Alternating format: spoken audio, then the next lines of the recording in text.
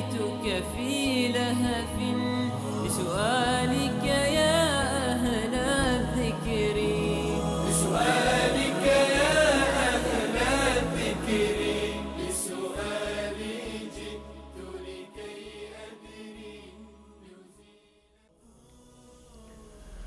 بسم الله الرحمن الرحیم. الحمد لله رب العالمین والصلاة والسلام على اشرف الانبیاء والمرسلین سیدنا و نبینا و مولانا محمد و علی آله و اصحابه اجمعین.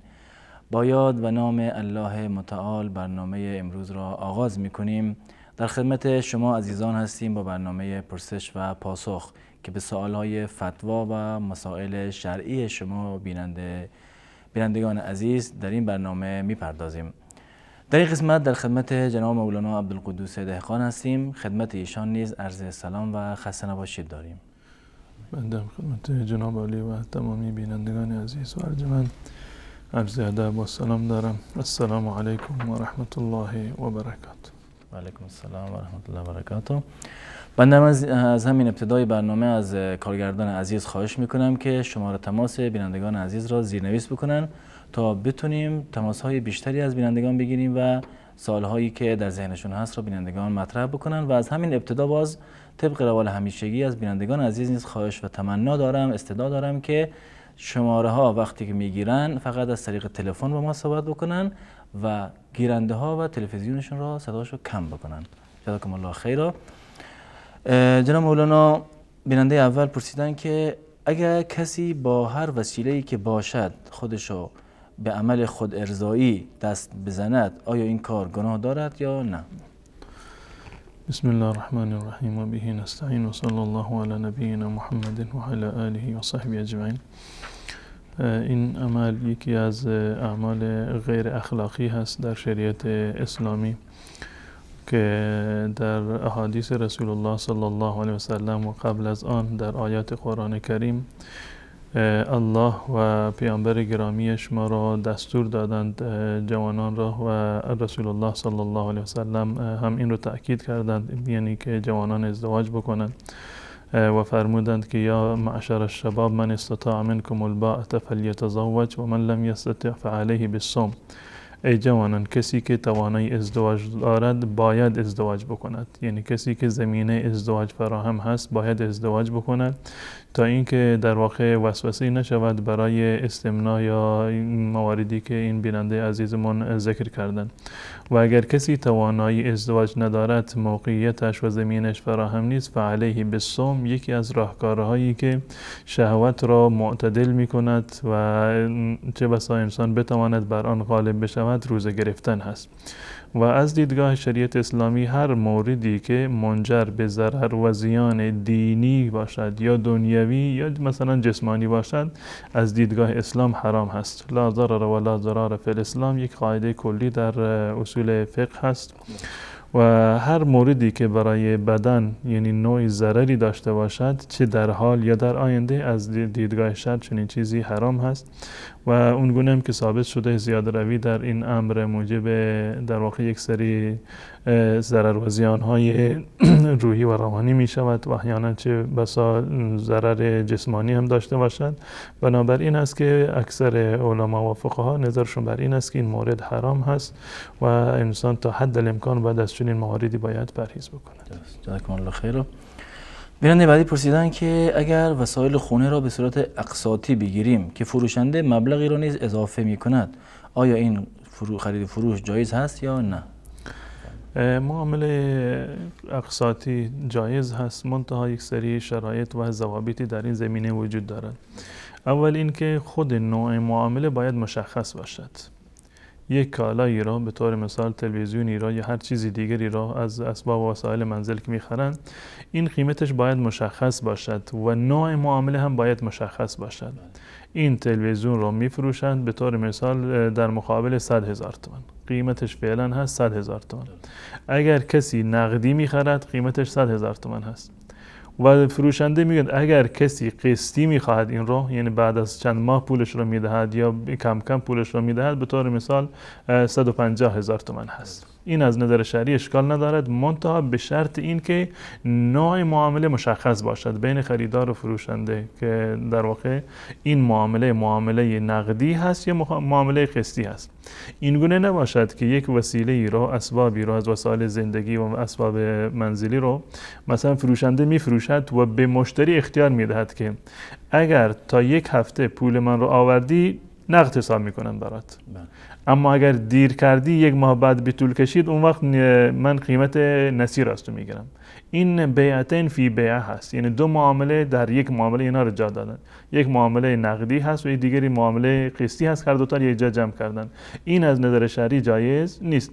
اما اگر از همان اول فروشنده به خریدار میگه که فلان وسیله رو، فلان کالا رو من به تو میفروشم و قسطی میفروشم، پولش رو بعد از 1 ماه، بعد از 2 ماه، بعد از 1 سال بده، اما قیمتش این هست، یک قیمتی رو مثلا بالاتر از قیمت نقدی حساب بکنند، از نظر شرعی هیچ گونه اشکال ندارد و چون این چیزی جایز است. این مطلب اول. مطلب دوم این که در مقابل تأخیری که مشتری انجام میدهد دیرکرد نباید محاسبه بشود. در مقابل تأخیری، بالفرض یک کالایی رو خریده، فرض کنیم 6 ماهه، قیمت این تلویزیون 6 ماهه اگر پرداخت بکنی به طور مثال 150,000 تومان هست. اما اگر 7 ماه شد، در هر ماهی به طور مثال من 2,000 از تو اضافه میگیرم. هر چی که دیر کردی من از تو اضافه میگیرم. این جز مواردی هست که حرام میکند معامله را. اگر این معامله مشروط بر این بود که در صورت تأخیر مشتری در پرداخت قیمت خود قیمت بالا برود، این از نظر شرعی جایز نیست و کاملا حرام هست. پس بنابراین با توجه به این شرایط جایز هست. شرط اولی این که نوع معامله باید مشخص باشد که نقدی هست یا قسطی هست. قسطی هست و من قیمت قسطی رو باید محاسبه بکنم و اختیاری نباشه که اگر نقدی خواستی این هست و بعد از این کالا رو برده. اگر کسی نقد بخرد خوب اشکالی ندارد. اگر نسیه میخرد مشخص باشد که این نسیه هست یا اینکه قسطی هست. دوما در مقابل این دیرکرد به هیچ عنوان نباید تأخیری، در مقابل تأخیر نباید دیرکرد بگیرن. سوما این که یعنی فروشنده باید این پولی رو که اضافه میگیرد در مقابل قسطی بودن این معامله، اینو نباید بر محاسبه پولش حساب بکند. به طور مثال بسیاری هستند این گونه حساب میکنند. خب این کالا رو شما میبرید، تلویزیون رو بردی، 100,000 تومان قیمتشه، 100,000 تومان پول پیش شما در واقع زندانی میشه، حبس میشه پیش شما. این پول من در هر ماهی سودش اینقدر میشود، پس بنابراین بعد از 6 ماه قیمتش این اندازه میشود. یعنی سود پول رو نباید حساب بکنند، یه قیمت خودشون بزنن. قیمت نقدیش اینقدر هست و قیمت قسطی و نسیهش این اندازه هست. در این صورت با این 6 شرطی که عرض کردم معامله قسطی فرق نمیکنه چه وسایل خانگی باشند یا اینکه ماشین باشه یا هر وسیله دیگری باشه، از نظر شرعی چون این معامله اشکال نداره و جایز است. جزاکم الله خیر. بیننده بعدی گفتن که آیا آیه نازل شده است که حضرت علی رضی الله عنه در حال نماز خواندن انگشترش را زکات داده و بیرون داده؟ که این سوال آقای کریمی از مادشت کرج پرسیدن.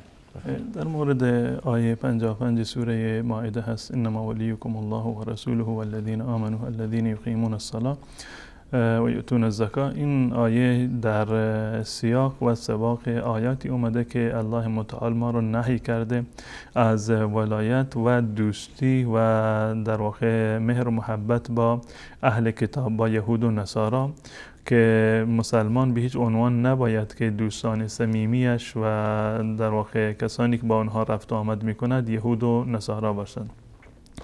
و در این آیه الله متعال دوستان واقعی و حقیقی رو برای مسلمانان مشخص کرده که انما ولیکم الله و رسوله والذین آمنوا.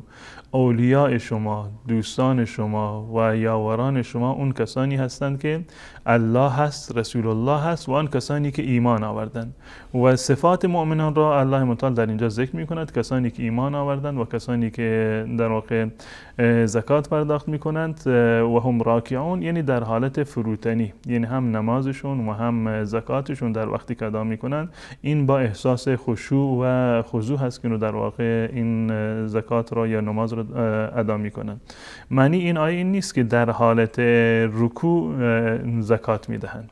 معنی آیه به هیچ عنوان این نیست که در حالت رکوع زکات بدن. به اتفاق تمام فقهای شیعه و سنی عمل کثیر در نماز این موجب شکسته شدن نماز می شود.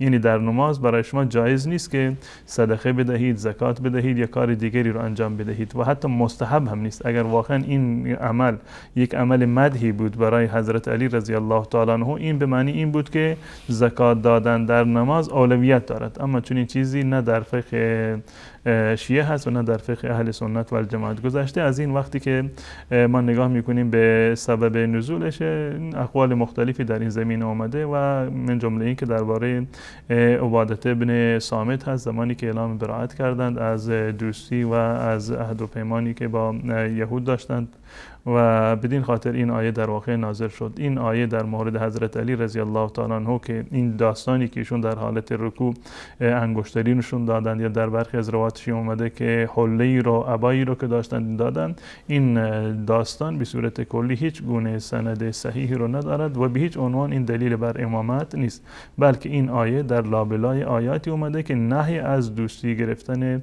یهود و نصارا و کفار هست. جزاکم الله خیرا. تماس بینندگانم وصله و از بینندگان باز خواهش میکنم که کسانی که لطف میکنن تماس میگیرن فقط از طریق تلفن با ما صحبت بکنن و صدای تلویزیون رو کم بکنن. اولین بیننده رو وصل کنید. سلام علیکم، بفرمایید.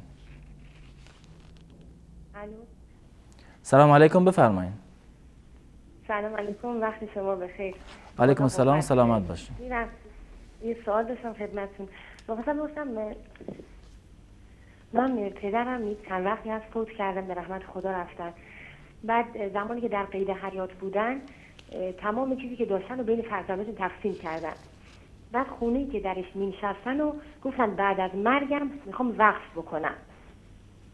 بله. بعد الان که فوت کردن می‌خواستم بپرسم آیا ما فرزندانش از این خونه سهمی برن یا باید این کلش رو وقف بکنید؟ چون از چند تا مولوی پرسیدن گفتن فقط 1/3 مال ایشونه. درست.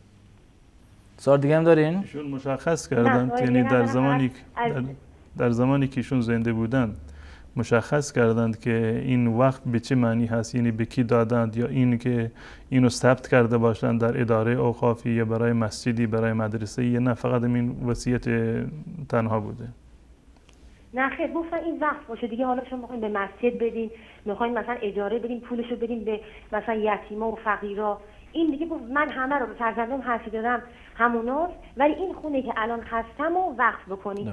الان بعد از فوتشون مثلا دچار مشکل شدن که بعضی از مولوی میگن نه خیر فقط 1/3 ایشون حق داشتن، اما ما مثلا فرزندا راضی هستیم که این خونه وقف بشه.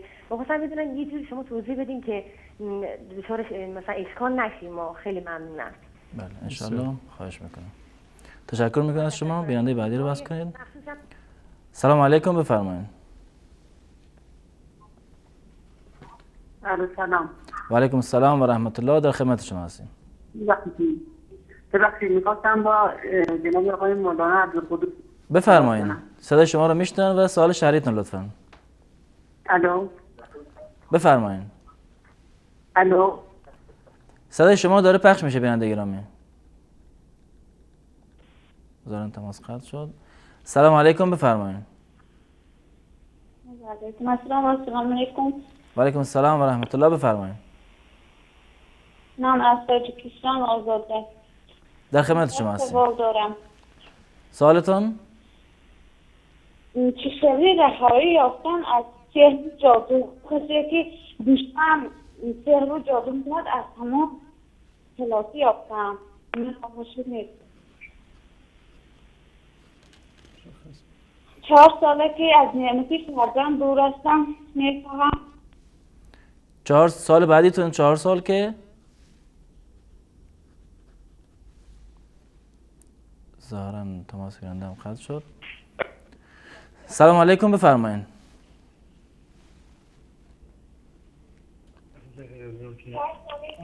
سلام علیکم، بفرمایید. من از بینندگان تقاضا میکنم دوباره که فقط از طریق تلفن با ما صحبت بکنید و صدای تلویزیون را کم بکنید، کسانی که تماس گرفتن. سلام علیکم، بفرمایید. الو. بفرمایید. السلام علیکم. و علیکم السلام و رحمت الله، در خدمت شما هستیم. از تاجیکستانم. سوالتان؟ سلام علیکم و برنامه وصال حق. بفرمایید. سوال شرعیتان؟ در مولانا که عبدالقدوس دیخو یک سوال دارم. بفرمایید. سوالتان؟ درباره مقصد مصیبت، درباره تعزیه ها، آیا بعد همون تعزیه میت دفن کردن سیدگی، چیل یا عید گذراندن از کدوم مذهب همه با ما مثلا بیان کنید؟ یعنی بعد از تعزیه خواندن چه صورت؟ مثلا همون سیدگی و 40 سال در همین جمهوری ما مثلا همه مثلا میگذارن با طرز انعنه. همه از کدوم مذهب گذراندن است، درست یا نیست؟ درست. سوال دیگه هم دارین؟ نه، اما خدا رحمت. تشکر میکنم از شما. سلام علیکم، بفرمایید. سلام علیکم.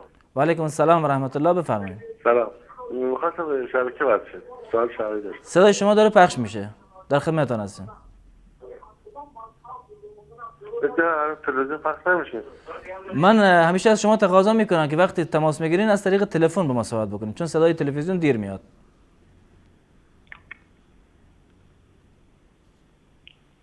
بفرمایید بیننده گرامی. سلام علیکم، بفرمایید.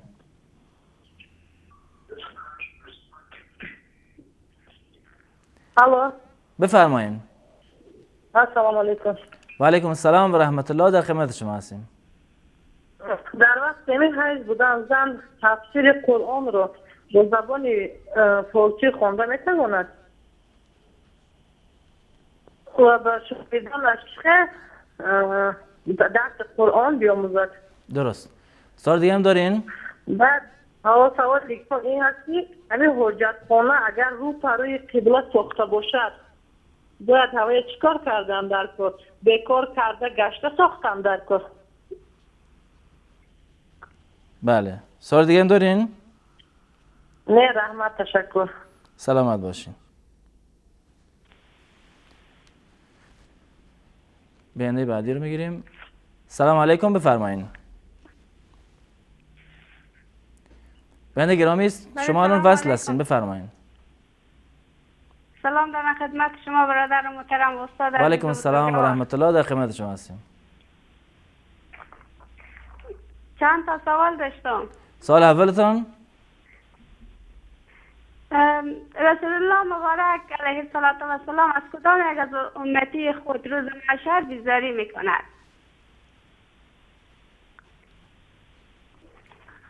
سوال بعدی؟ سوال دوم، حالت جان کندن که اینقدر سخت است، آیا از گناه انسان کاسته میشود یا خیر؟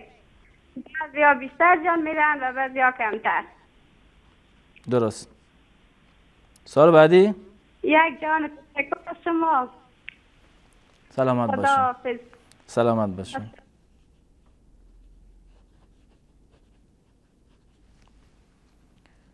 سلام علیکم، بفرمایید.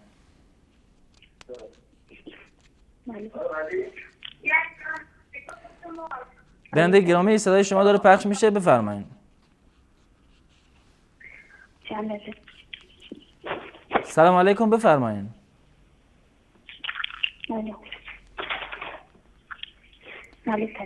علیکم السلام و رحمت الله، در خدمت شما هستیم. من چند تا سوال دارم از مولوی عبدالقدوس که میخوام صدامو پخش نکنیم. من یه بارم زنگ زده که باید صحبت. خب لطف کنید بعد از برنامه تماس بگیرین. من اون هفته زنگ زدم شما جواب ندادیم. انشالله این هفته جواب میدیم، چون که اگر در این صورت سوال بکنید خب صداتون الان داره پخش میشه. 10 دقیقه بعد از برنامه انشالله 10 دقیقه بعد از این برنامه تموم شد تماس بگیرین. من بعد برنامه زنگ زدم دیگه حتما جواب بدید. باذن الله انشالله. سلام علیکم، بفرمایید.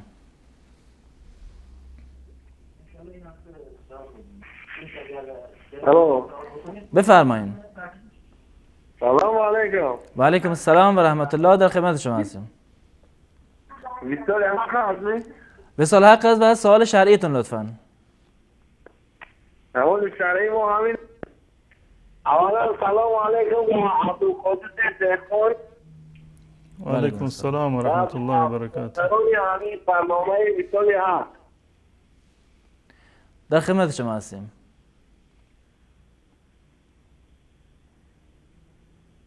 سوالی شهری ما ببینید که با تلفن با همراهی زنش بسیار صحبت کرد درباره شفاف‌داری و دیگر کارها. به چه صورت دوباره سوال مطرح کنید؟ مردی که با طریق تلفن با همسرش از طریق ملاقات بسیار کرد همخوابگی شب رو این از اون تا که دارد.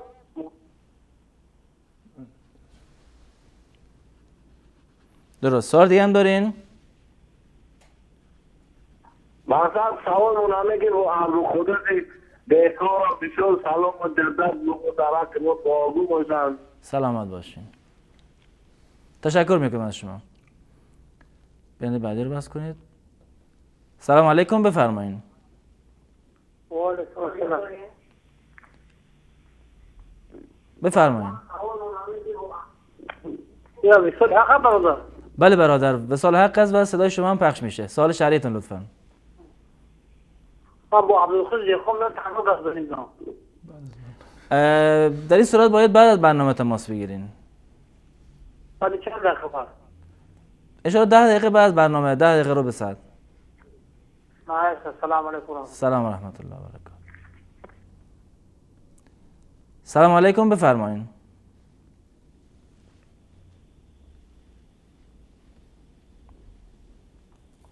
سلام علیکم، بفرمایین. الو سلام، خسته نباشید. سلامت باشین، در خدمت شما هستیم. با تشکر از برنامه خیلی خوبتون. سلامت باشین. ببخشید چند تا سوال داشتم، اشکال نداره تعداد سوالام زیاد باشه؟ خواهش میکنم. سوال اولتون؟ خیلی ممنون، متشکر. در مورد نماز وتر، نماز وتر رو سنتی که موقع خوابیدن بخونیم. من همیشه وقت خوابیدن میخونم چون بعضی شبا نمیتونم واسه نماز تهجد بیدار شم. درسته مثلا اگه نماز وتر بخونی بعد شبم بیدار شی میتونی باز نماز سنت بخونی نماز تهجدو؟ یعنی دوباره وتر بخونین یا فقط تهجدو؟ تهجد بخونیم. درست. سوال بعدیتون؟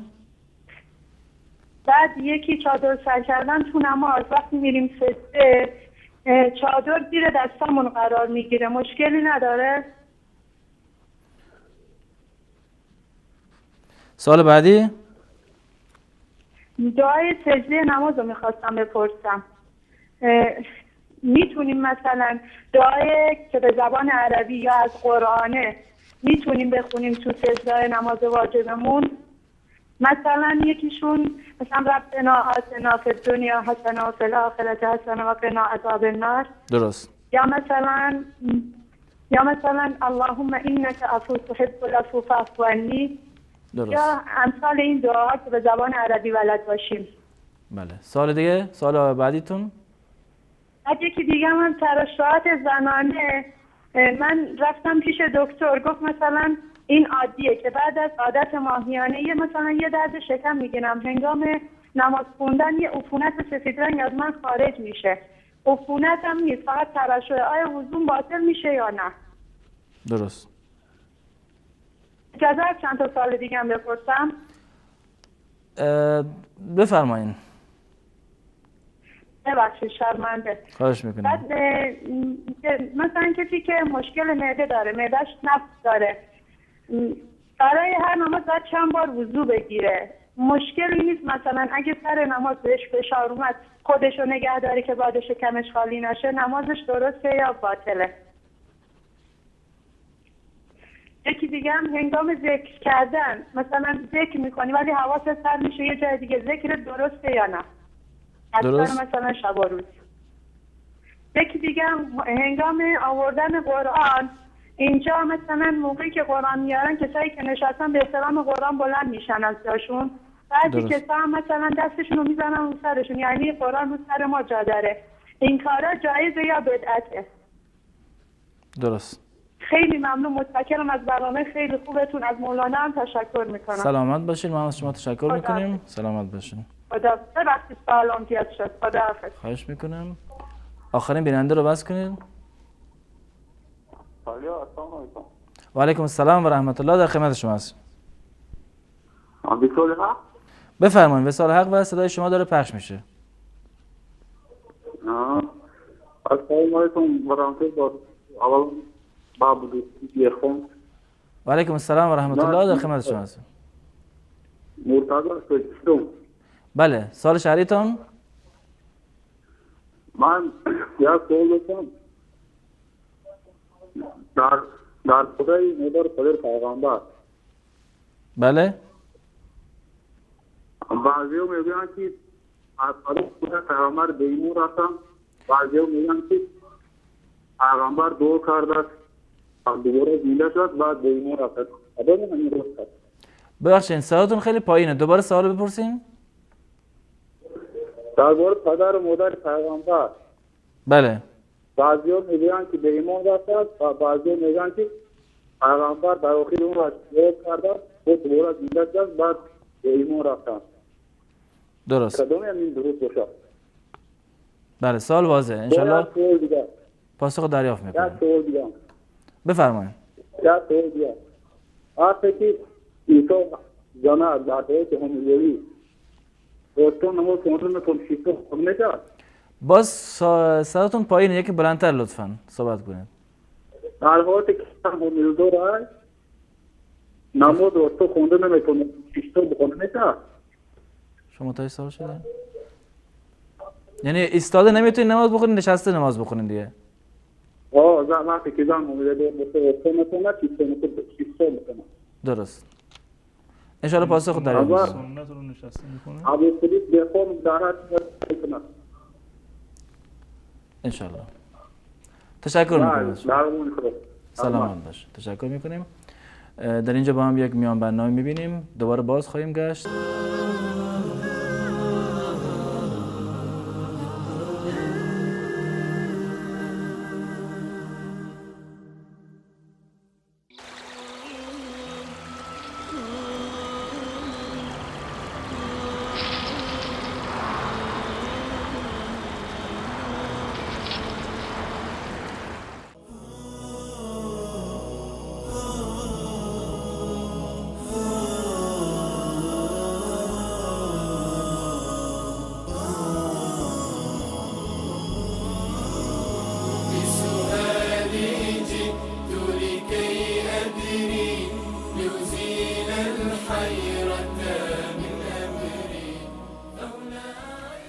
عرض سلام و خسته نباشید مجدد دارم خدمت بینندگان عزیز.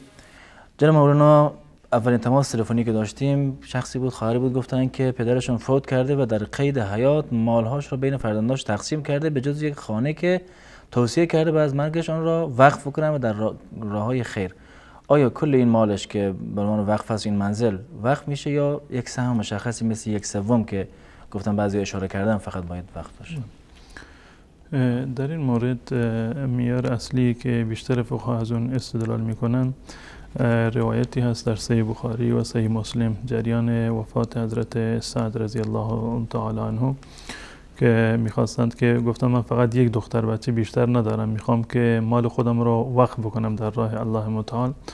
رسول الله صلی الله علیه و سلم گفتند نه، اینو بگذار برای بچهای خودت. بعد از اون نهایتا راضی شد به این که یک سوم مالش رو در واقع وقف بکند، یک سوم مالش رو وقف بکند. رسول الله صلی الله علیه و سلم به کل مال، به نصف مال رضایت ندادن. وقتی که گفتن سعد گفتن خب یک سومش رو میخوام بعد از وفات خودم صدقه بکنم یا وقف بکنم، رسول الله فرمودند که خب اشکال ندارد، الثلث و الثلث کثیر، همین یک سوم هم خیلی زیاده. یعنی این یک سوم را در واقع ایشون کل مالش بود دیگه. یک سوم کل مالش بود. و یک نکته خیلی مهمی که در اینجا در این استدلال یعنی همه باید مد نظر داشته باشند دوستانی که اهل علم و اهل فتوا هستند، این وضعیت خود حضرت سعد رضی الله تعالی عنه در اون زمانی که رسول الله صلی الله علیه و سلم این حرف رو زدن. این در حالتی بود که ایشون در مرض الوفات بودند. در مرض الوفات، یعنی بیماری، آخرین بیماری انسان که در اون بیماری بمیرد. اگر یک فردی در بیماری که مرض الموت هست، این آخرین بیماری در بستر بیماری افتاده و از دنیا برود، در این بیماری اگر وصیت کرد که کل مال من در راه الله متعال وقف باشد، این وصیتش قابل اجرا نیست، فقط در 1/3 قابل اجرا هست، به شرطی که این وصیت در مرض الموت باشد، در آخرین لحظات زندگی باشد که از دنیا ناامید شده، الان در واقع وصیت میکند که کل مالم مثلا وقف بشود. در اینجا این مال ورثه هست، فقط 1/3 رو ایشون میتونند که چیکار بکنند؟ وقف بکنند و فقط این وصیتش هم فقط در 1/3 اجرا میشود.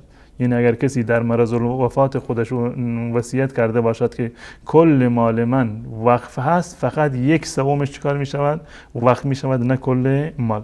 اما اگر در حالت عادی یک فردی مثلا زنده هست، مثلا الان مثلا وصیت کرده بعد از مرگ من کل مال من وقف باشه، بعد از 10 سال می میرد، این وصیتش قابل قبوله، وصیتش درسته، ولی این وصیت کرده کل مالش رو بدن، این وصیتش درسته، اشکال شرعی نداره، گرچه اشکال شرعی به این معنی که این وصیتش اجرا میشه، یک وصیت معتبر است. از نظر شرعی انسان مسلمان باید اون مالی رو که گذاشته این رو برای ورثه خودش بگذارد، ثوابش بیشتر از وقف هست. مالی رو که بعد از خودش به جا میگذارد، این رو برای ورثه‌اش به جا بگذارد، به وارثان خودش بدهد، ثوابش بیشتر است. در این حدیث حضرت سعد رضی الله تعالی عنه رسول الله صلی الله علیه و سلم فرمودند: انک انتظر ورثتک اغنیاء خیر من ان تذرهم عالة یتکففون الناس. این که تو بچه های خودت رو بعد از خودت غنی به جا بگذاری بهتر از این هست، یعنی بهتر هست از این که اینا برن پیش مردم دست گدایی رو یعنی دراز بکنن. پس بنابراین اولویت این است که انسان مسلمان خانواده خودش رو در واقع هزینهشون رو تضمین بکند، یعنی اون مالی رو که دارن اولاتر و حقدارتر همین زن و فرزندان انسان هستند که باید به این قسمت انسان توجه بکند. اما در مورد سوال این بیننده خودمون که هیچ گونه وصیت ایشون هیچ گونه اشکال شرعی نداره، درست، با توجه به توضیحاتی که دادم. اولا چون که ایشون مال خودشون رو تقسیم کردند، میراثی که بعد از خودشون که قرار بوده بگذارن، خودش در حیات خودش سهمیه تمام فرزندان خودش رو داده و فقط یک خونه رو گفته که این وقف است، فقط یک خونه رو گفته که وقف باشد. خب این وصیت درستی هست، هیچ گونه اشکال شرعی نداره، ولو این که وارثان ناراض باشند این خونه باید وقف بشه. عرض کردم ولو این که ناراض باشند. چرا؟ چون که این وصیت در حالت مرض الموت نبوده، قبلا مالش رو تقسیم کرده، یک بخشی از مالش رو گذاشته، گفته که این صدقه هست و وقف از در راه الله متعال. این وصیت درسته ولو این که این خونه بیشتر از 1/3 کل مالش باشد، زیرا که این بنده خدا در حیات خودش و کار خیلی عاقلانه هم کرده، مالش رو تقسیم کرده به در میان وارثانش و یکی رو هم گذاشته به عنوان تا زمانی که خودش زنده هست در اون سکونت میکند، بعد از اینشون وقف بکنن در راه الله متعال به هر جایی که ایشون در واقع خواستن. این وصیت درستی هست، اجرا کردنش لازم هست و اون 1/3 که گفتن فقط در صورتی هست که وصیت در حالت مرض الوفات باشه، مرض الموت باشه. این وصیتشون درست است. الان که ایشون فرمودند که تمام وارثان راضی هستند، فبه همانی هم این بهتر است و نور علی نور هست. و این خونه رو همون گونه که پدر بزرگوار شما وقف کردن، در چه جایی وقف کردن، اینو در همون وقف قرار بدید. این جزء صدقات جاریه خواهد بود ان شاء الله برای ایشون. و رسول الله صلی الله علیه و سلم فرمودند که اذا مات ابن آدم انقطع عمله الا من ثلاث، وقتی که بنی آدم از دنیا می رود اعمالش از بین می روند، یعنی قطع می شوند و بیشتر در نامه اعمال اون خیری نوشته نمی شود مگر در 3 مورد: علمی که پخش بکند بعد از خودش، او صدقه جاریه یا صدقه جاریه. این وقف جزء صدقات جاریه هست که انشاءالله ثوابش تا قیامت به پدر بزرگوار شما انشاءالله خواهد رسید و الله متعال پدر شما رو و تمامی مردگان مسلمانان رو الله متعال مغفرت بفرماید. بله انشاءالله آمین. جزاکم الله خیر. بیننده بعدی سوالشون یک کمی صداشون خیلی مشکل داشت، ولی چیزی که از سوالشون فهمیدیم بود، گفتن که راههای خلاص یافتن از سحر و جادو چی می باشه؟ برای سحر و جادو اساسا این در شریعت اسلامی این کفر هست، به تصریح قرآن و اقوال رسول الله صلی الله علیه وسلم سحر در واقع یک نوع کفر است. انسان مسلمان نباید سحر بکند، نه سحری رو انجام بدهد و نه پیش ساحر برود. هر دوتاشون از نظر شرعی کاملا حرام هستند.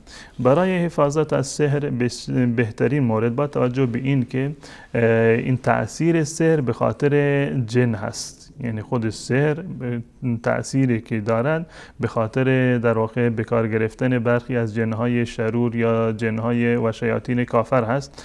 بدین خاطر است که بر انسان تأثیر میگذارد و چیزی رو که الله متعال در این زمینه تأثیری که آیات کلام الله مجید دارند و رسول الله صلی الله علیه وسلم هم خیلی توصیه کردن. در مرحله اول این است انسانی که پایبند در واقع خودش پایبند باشد. شما پایبند نمازتون هستی، پایبند روزهتون هستی، زکاتتون، اخلاقتون، ایمانتون، کردارتون همشون در واقع اسلامی هست. سحر نمیتواند بر شما اثر بکند. این به عنوان یک مبدأ هست. به خاطر این کمتر شما سراغ دارید که یک انسان متدین رو سحر کرده باشد. خیلی به ندرت چنین چیزی پیدا می شود که یک فردی که اهل مسجد هست و اهل دیانت هست و خیلی پایبند هست این در واقع سحر بشود، مگر اینکه در واقع یک جایی کارش خللی داشته باشد. این به صورت اصلی هست. غیر از این آیات قرآن کریم به صورت کلی همهشون، چون که در واقع برکت کلام الله متعال هست و شفای امراض روحانی و جسمانی هست، قرآن خوندن به صورت کلی مانع از ضرر و زیان جن یا مثلا سحر و جادوگری هست. و در میان این سوره ها سوره بقره خیلی تأثیر دارد، یعنی به صورت کلی کل سوره بقره و سوره آل عمران و خصوصا آخر سوره بقره و بیشتر از همه و ساده تر از همه سوره آیت الکرسی هست و همچنین سوره قل هو الله احد و معوذتین، قل اعوذ برب الفلق و قل اعوذ برب الناس، که انسان اینها را بعد از نماز صبح بخواند و بعد از نماز مغرب این دعاها را بخواند. و غیر از این یعنی پایبندی در نماز صبح و نماز مغرب، این دوتا نماز را که یعنی اول روز و اول شب هستند. هر کسی که این نماز را یعنی نماز عشا را و نماز صبح را یعنی با جماعت بخواند، وقتی که نماز صبح را میخواند در جماعت، این در ذمه الله است، در پناه الله است تا شب. وقتی که شب نماز عشا را میخواند و میخوابد نماز عشا را، این در ذمه الله متعال هست و الله متعال اون حفاظت میکند تا نماز صبح. خود پایبندی به نماز جماعت و خصوصا این دوتا نماز تأثیر خیلی زیادی رو در حفاظت انسان دارد و خصوصا از کاری که بعد از نماز خوانده می شود که عرض کردم و خصوصا 3 سوره قل هو الله احد و قل اعوذ برب الفلق و قل اعوذ برب الناس که بعد از نماز صبح و بعد از نماز مغرب هر یکی 3 مرتبه خونده بشوند، این تأثیر خیلی زیادی در حفاظت از ضرر چشم زخم یا سحر و جادوگری و عوارضی که از جنها و شیاطین هست، برای جلوگیریش این سوره ها خیلی مهم و مفید هست. جزاکم الله خیر. یک رسمی هست که بیشتر در بین شیعیان وجود داره، اون هم سالگرد و اون مراسم هایی که برای مرده ها میگیرن و هر سال این کارها رو تکرار میکنن، ولی متاسفانه خیلی از اینها در میان مردم تاجیکستان نیست تا الان وجود دارد و اون هم سوال بیننده هم در همین مورد است که گفتن که در مورد تعزیه که بعد از مرگ یک شخص مراسم 40 و یا سال میگیرن، آیا از نظر شرعی این مراسم ها جایگاهی دارد؟ سنت، بدعت، چه حکمی دارد؟ این مراسم یعنی این که بگیم تعزیه هست، تعزیه نیست، اینو بهشون یک عذابی هست. بهتر از اینه که یعنی اسمشو بگذاریم تعزیه. تعزیه یعنی تسلی خاطر اون فردی که بازمانده هست، یکی فردی عزیزی از اون فوت کرده. اما این مراسم عذابی هستند برای این بازماندگان، یعنی به اندازه این مراسم سنگین هستند برای بازماندگان میت که غم از دست دادن اون عزیز خودشون رو کلا فراموش میکنن. مجبور هستند به خاطر حرف مردم، به خاطر اینکه مردم پشتشون حرف نزنن که فلانیا خیلی بدبخت بودند و بیچاره بودند، برای میت خودشون نظر و نیازی نکردند و خیراتی نکردند، به خاطر حرف مردم مجبور هستند که یک سری اعمالی رو انجام بدن که خلاف شرع هست و چه بسا که توانایی اون رو نداشته باشند. از نظر شرعی هیچ یک از این موارد در شرع اسلام وجود ندارند. تمام مذاهب اهل سنت و الجماعت، امام ابو حنیفه، امام مالک، امام شافعی، احمد ابن حنبل، در هیچ مذهبی از مذاهب اهل سنت ما چیزی را به عنوان مراسم ختم، یا ختم قرآن باشه یا مراسم تعزیت باشه یا 3 روز باشه، پنجشنبه باشه یعنی هفتگی باشه یا 44 ماه باشه، در هیچ یکی از مذاهب اهل سنت و الجماعت یعنی از بزرگان مذهب چنین چیزی نقل نشده. نه اثری از کلام رسول الله دارد، نه از رفتار و سیره رسول الله، نه صحابه و نه ائمه و هیچ کدام چنین کاری رو انجام ندادند. این که ما مراسم میگیریم برای ختم قرآن، این غیر از این است که یک مراسم ایصال ثواب هست، غیر از این است که ما فکر میکنیم که یک نوع عبادتی رو انجام دادیم و ایصال ثوابی برای مرده هست. خب این عبادت و این ایصال ثواب یک راه شرعی هست. راه شرعی را فقط خدا و رسول باید تعیین بکنند که این راه شرعی هست، شما با این راه میتونید به فلان مقصد برسید. من هرچند که عالم باشم، هرچند که مجتهد باشم، هرچند که متقی باشم، هرچند که به هر مقامی که برسم، من حق ندارم که سر سوزنی در شریعت اسلامی چیزی رو که در زمان رسول الله نبوده بدین اضافه بکنم، چون که من تشخیص دادم که این روش مناسب هست. تشخیص من یا امثال من یا هر کسی دیگر در این زمینه هیچ گونه اعتباری نداره. این یک بدعت هست که هیچ گونه اصلی رو نداره. این اعمال نه تنها ثواب ندارند بلکه گناه هم دارند، معصیت دارند، به خاطر زنده کردن یک بدعتی هست و خرافاتی هست که متاسفانه زنده شده. و رسول الله صلی الله علیه و سلم فرمودند من احدث فی امرنا هذا ما لیس منه فهو رد. هر کسی در دین ما یک چیزی رو که در زمان ما نبوده، در اصل از جز دین نیست، در دین اضافه بکنند، اون مردود هست. همین کسانی که تبلیغ میکنند به 44 ماه و 3 روز و مراسم ختم، رسول الله صلی الله علیه و سلم چند نفر از دختران، تمام دخترانشون رو به استثناء حضرت فاطمه در حیات خودشون از دست دادند، فوت کردند. حضرت خدیجه فوت کرد، عموی رسول الله فوت کرد، حضرت حمزه رضی الله تعالی عنه و بسیاری دیگر از خویشاوندان رسول الله، از صحابه رسول الله، شهدای بدر و احد و بقیه شهدایی که بودند. آیا در تاریخ اسلام شما یک مورد سراغ دارید که رسول الله صلی الله علیه و سلم برای یک عزیزی ختم گرفته باشند یا ابوبکر و عمر و عثمان و علی این کار کرده باشند؟ آیا شما سراغ دارید که امام بخاری و امام مسلم و نسائی و ابن ماجه جلسه ختم گرفته باشند یا امام ابو حنیفه و امام مالک و امام شافعی؟ مطلقاً چنین چیزی وجود ندارد. و جالب این است که در مذهب امام ابو حنیفه رحمت الله علیه تشددی رو که ائمه احناف داشتن در مورد مراسم مردگانی بیشتر از تمام مذاهب هست. یعنی در هیچ مذهبی از مذاهب چهارگانه به اندازه مذهب امام ابو حنیفه رحمت الله علیه با این خرافات و بدعات در این زمینه مبارزه نشده. در حدی رسیده که فقهای احناف فتوا دادن غذایی رو که ساخته می شود به مناسبت 3 روز و 44 ماه این حرام هست، نباید بخورید. یک فتوای خیلی شدیدی هست، چه بسا که بسیاری دیگر این فتوا رو ندادن. اما متاسفانه می بینیم که این بدعت ها و این خرافات در میان احناف بیشتر از بقیه وجود دارد.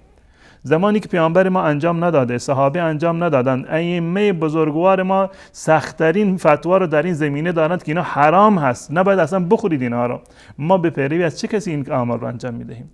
اگر من عرض میکنم به تمام عزیزانی که پدر و مادرشان را دوست دارند، مرده خودشان را دوست دارند، اگر شما تا 100 سال که زنده هستید مراسم ختم بگیرید، مراسم 3 و 44 ماه بگیرید، اینا یک طرف باشه، در کنار این فقط شما در یک روزی فقط بعد از یک نمازی خودتون تنهایی دستها رو بلند بکنید و بگید پروردگار و پدر و مادر مرا ببخش، مطمئن باشید که ثواب این از تمام اونها بیشتر هست و هیچ گناهی را انجام ندادید. این که شما برای مرده خودتون در واقع مراسم بگیرید، همین که گرفتید 3 روز و 44 ماه، شما یک بدعتی را انجام دادید و بدعت انجام دادن در دین اسلام حرام هست و به هیچ عنوان در واقع بزرگترین یعنی گناه و معصیت است. در مراحلی که شیطان میخواد که انسان رو در واقع گمراه بکند، اول از همه شیطان یعنی مرحله‌ای که شیطان میخواد که انسان رو در دام این است که انسان را مشرک بکند و کافر بکند. یعنی شیطان سعی میکند که انسان را دچار شرک و کفر بکند. این بالاترین آرزوی شیطان هست. اگر از این مرحله رد شد، یعنی شیطان نتوانست که انسان را به کفر و شرک مبتلا بکند، دومین مرحله‌ای که شیطان سعی میکند که انسان را مبتلا بکند همین بدعت‌ها و خرافات هستند. ببینید چه اندازه سنگینه. این بدعت و خرافات به اندازه‌ای هست که شیطان بعد از شرک میخواد انسان رو مبتدع بکند، اهل بدعت بکند. به علت چی؟ علتش این است که این مبتدع یک چیزی را ابتدا کرده، بدعتی را ایجاد کردند، رسم و رواجی را خودشون اختراع کردند، زدن به نام دین و از این بدعتی که انجام میدند امید ثواب دارند، میگن که به مرده ما ثواب میرسد و این جزء شعائر دین است. این افراد با این انگیزه به هیچ عنوان این بدعت را رها نمیکنند. شیطان به هدف خودش رسیده، هدفش اینه در این بدعت ایجاد بشه. اون کسی که مشرک هست، اون کسی که کافر هست، اون کسی که فاسق هست، هر کاری رو انجام میده، هر لحظه امکان داره که پشیمان بشود و توبه بکند، چون که میداند این گناه است. اما این کسی که بدعتی رو انجام داده به گمان این که این بدعت من کار ثوابی هست و کار دینی رو من میکنم، این به هیچ عنوان در فکر توبه کردن هم نیست. یعنی بعد از شرک بزرگترین مهلکه‌ای که انسان در آن میافتد همین مهلکه بدعت گرایی هست. من امیدوار هستم که ما بیایم راههای شرعی را دنبال بکنیم. همین دعا کردن رسول الله صلی الله علیه و سلم فرمودند وقتی که انسان از دنیا میرود اعمالش ختم میشوند و بهترین مورد او ولد صالح یدعو له، فرزند صالحی که برای پدر و مادر دعا بکند. تمام همین کسانی که امروزه نمیدونم جشن میگیرن، سال روز وفات میگیرن، 3 و 4 هفتگی و پنجشنبگی به قول برادران تاجیک و 44 ماه میگیرن، اینا شاید یک مرتبه هم برای پدر و مادرشون دعای خیر نکرده باشند. یک مرتبه شاید نگفتن پروردگارا پدر ما را ببخش. لازم نیست که انسان عالم باشه، صوفی باشه، متقی باشه، درویش باشه تا اینکه دعا بکنه. فاسق ترین انسان، گناهکارترین انسان وقتی که دستها رو بلند بکند بگوید پروردگارا پدر و مادر ما را ببخش، مطمئن باشید که این به ثواب اعمال و در واقع به پرونده اعمال پدر و مادر اضافه میشود. فاسق ترین انسان اگر برای پدر و مادرش دعا بکند، این دعای قبول شده ای هست، اجابت شده ای هست و این در میزان حسنات ان شاء الله حتما ثبت خواهد شد. پس بنابراین بیایم اون راه شرعی را که رسول الله مشخص کرده اون راه را برویم و این مراسم تمام بدعت هستند، فقط به خاطر اشباع یک نوع غریزه هستند، یک حس هست که ما کمتر از دیگران نباشیم، یا یک گروهی از مردم میخواند که از این طریق ارتزاق بکنند، سوء استفاده بکنند به نام دین و به هیچ عنوان این مجال را برای شیطان و کسانی که دعوت به بدعت میدهند ما این مجال را باز نکنیم و انشاءالله این تمامی مراسم را جمع بکنیم و مطمئن باشید کسانی که در این راه پیشگام باشند و این بدعت را از بین ببرند، ثوابش همیشه برای مردگانشون انشاءالله جزو صدقات جاری قرار میگیرد. انشاءالله. جزاکم الله خیر بابت این توضیحی که فرمودین.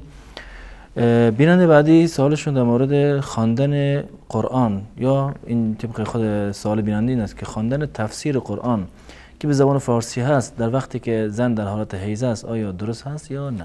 ولی خواندن تفسیر قرآن به زبان دیگری که باشد یا حتی به زبان عربی که باشد در حالت حیض و حتی در حالتی که انسان یعنی ناپاک هست، این هیچ گونه اشکال شرعی ندارد. حکم قرآن ندارد. حکم قرآن رو به هیچ عنوان به اتفاق علما ندارد. درست. یعنی به اتفاق علمای مذاهب اسلامی خواندن تفسیر مانند خود خواندن قرآن در واقع نیست.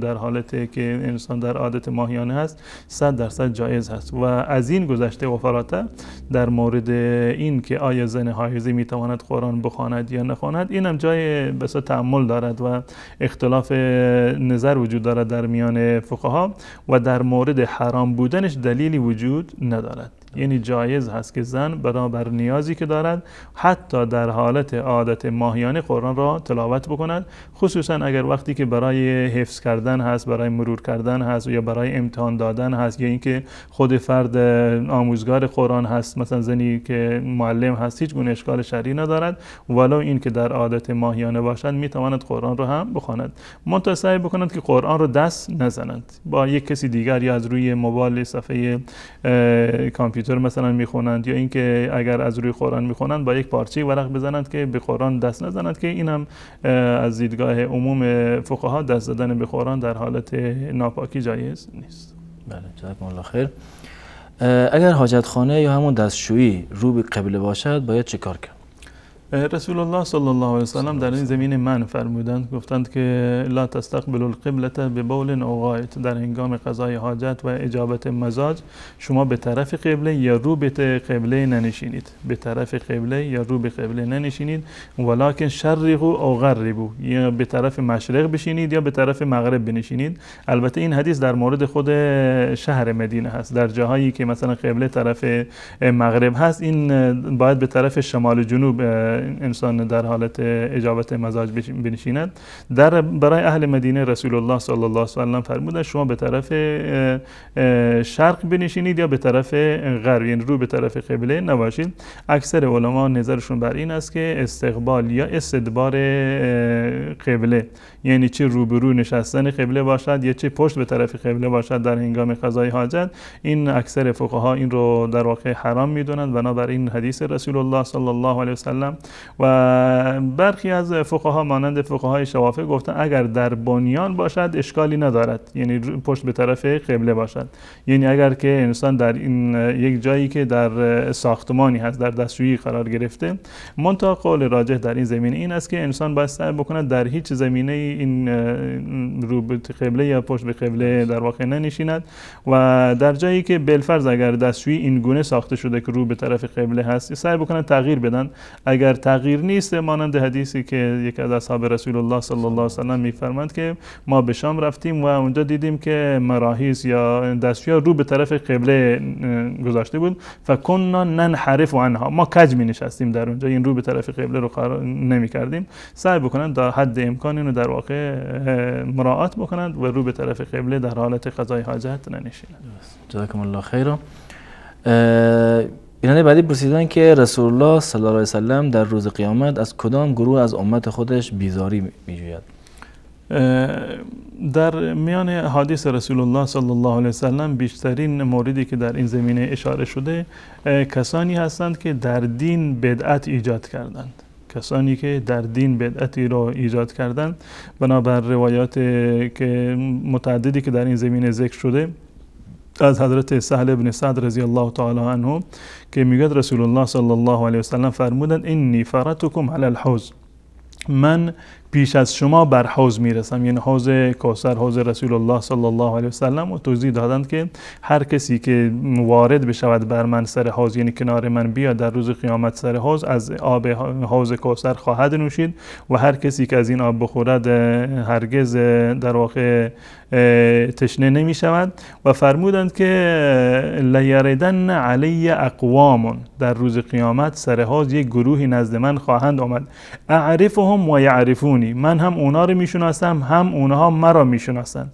و در روایت اومده که رسول الله صلی الله علیه و سلم امت خود را با یعنی آثار وضو میشناسد، یعنی این دستی رو که مثلا ما میشونیم در وضو یا چهره رو که میشونیم، پاهای رو که میشونیم، این در روز قیامت سفید هست، برق میزند، مثل در واقع در یک گله را اگر ما حساب بکنیم گوسفندانی که دست و پایشون یا پیشانیشون سفید است از دور کاملا نمایان هستند.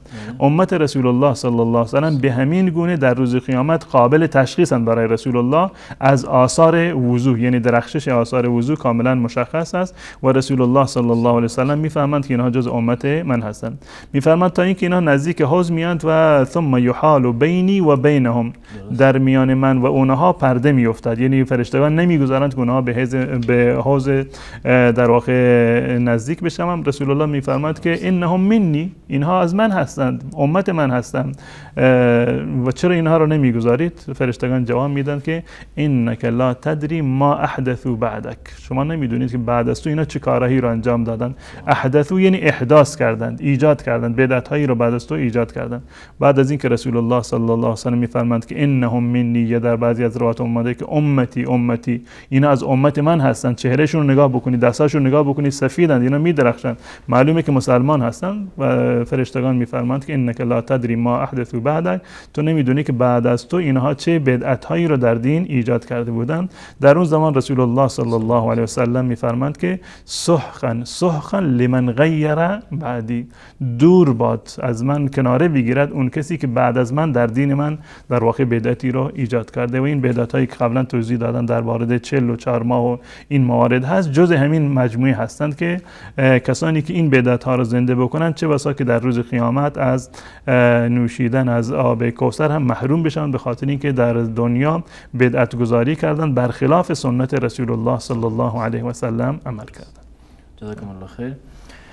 بیننده بعدی گفتن که حالت جان کندن کسی که در حال مرگ است یا همون حالت سکرات موت، آیا این حالت از گناه کسی که در حال مرگ است میکاهد در روز قیامت؟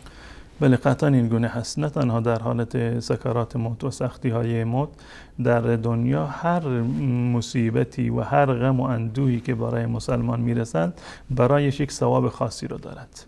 در روایت اومده حتی شوکت و یشاکها، حتی خاری که در پای انسانی فرو میرود، انسان مسلمان، این هم برایش اجر و ثواب دارد.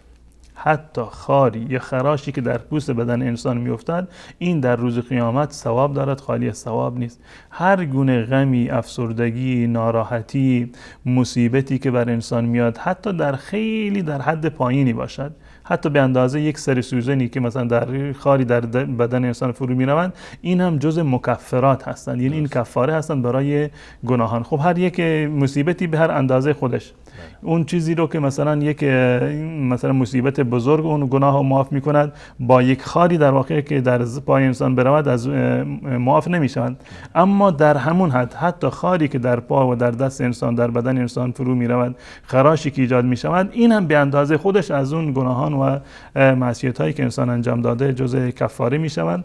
و این مصیبت ها و این سختی ها در زندگی مسلمان میاد. هر کسی که مسلمان تر باشد، مؤمن تر باشد و صبر و تحملش بیشتر باشد و نزد الله متعال محبوب تر باشد، این رو الله متعال بیشتر امتحان میکند. اشد الناس بلاء الانبیاء ثم الامثل فالامثل، یعنی سخت‌ترین بلا در دنیا بر روی پیامبران اومده و بعد از اون کسانی که در مرحله های بعدی قرار دارند. و این انسان گاهی وقتی میخواهد که ببخشید الله متعال میخواهد که جایگاه این انسان رو در روز قیامت بالا ببرد، اما این انسان در دنیا اعمال خیر زیادی رو انجام نداده. الله متعال تقدیرش بر این رفته که این انسان باید در روز قیامت جایگاه خیلی بلند و بالایی رو داشته باشد، اما با تنبلی خودش این انسان کاری رو انجام نمیده. در نماز و روزه و زکات و حج بقیه شاید چندان یعنی پخته نیست و نقصی و ایرادی در این عباداتش باشد. الله متعال توسط مصیبت هایی که بر اون می آورد این گناهانش رو کفاره می کند و این جایگاهش رو در روز قیامت بلند می فرمایند. و حتی سکرات موت که سختی های موت هستند، رسول الله صلی الله علیه و سلم فرمودند که الا ان للموت سکرات، که موت سختی هایی رو دارد. و حتی یعنی نه تنها در یعنی طبیعت زندگی و بقیه موارد مصیبت هایی که بر انسان، حتی در بیماری هم بیماری رسول الله صلی الله علیه و سلم سخت‌تر بوده. در مرض وفات رسول الله صلی الله علیه و سلم ایشون فرمودند که این انا اوعکم کما یوعک الرجلان منکم، تب من به اندازه تب 2 نفر از شما هست. یعنی تبی که رسول الله صلی الله علیه و سلم میکردن، بیماری که رسول الله صلی الله علیه و سلم داشتن، این تبش چند برابر یک فرد عادی، حداقل 2 برابر بود. و این به خاطر این است که ثوابش هم چند برابر هست. یعنی هر چند که انسان سختی بیشتر. و از نظر شرعی نقطه رو عرض بکنم که به هیچ عنوان جایز نیست که انسان خودش رو در سختی بیندازد. معنی حرف من این نیست. به هیچ عنوان کسی حق ندارد که خودش رو در سختی بیندازد، غلو بکند، افراط بکند در این زمینه. خودآزاری به هیچ عنوان در شریعت اسلامی جایگاهی رو ندارد. اما اگر بر کسی مصیبتی آمد صبر بکند، این نزد الله متعال در واقع ارزش دارد و انشالله که سبب کفاره گناهان می شود. و من جمله سکرات موت که هرچند سخت‌تر باشد، این یکی کفاره گناهان انشالله خواهد بود.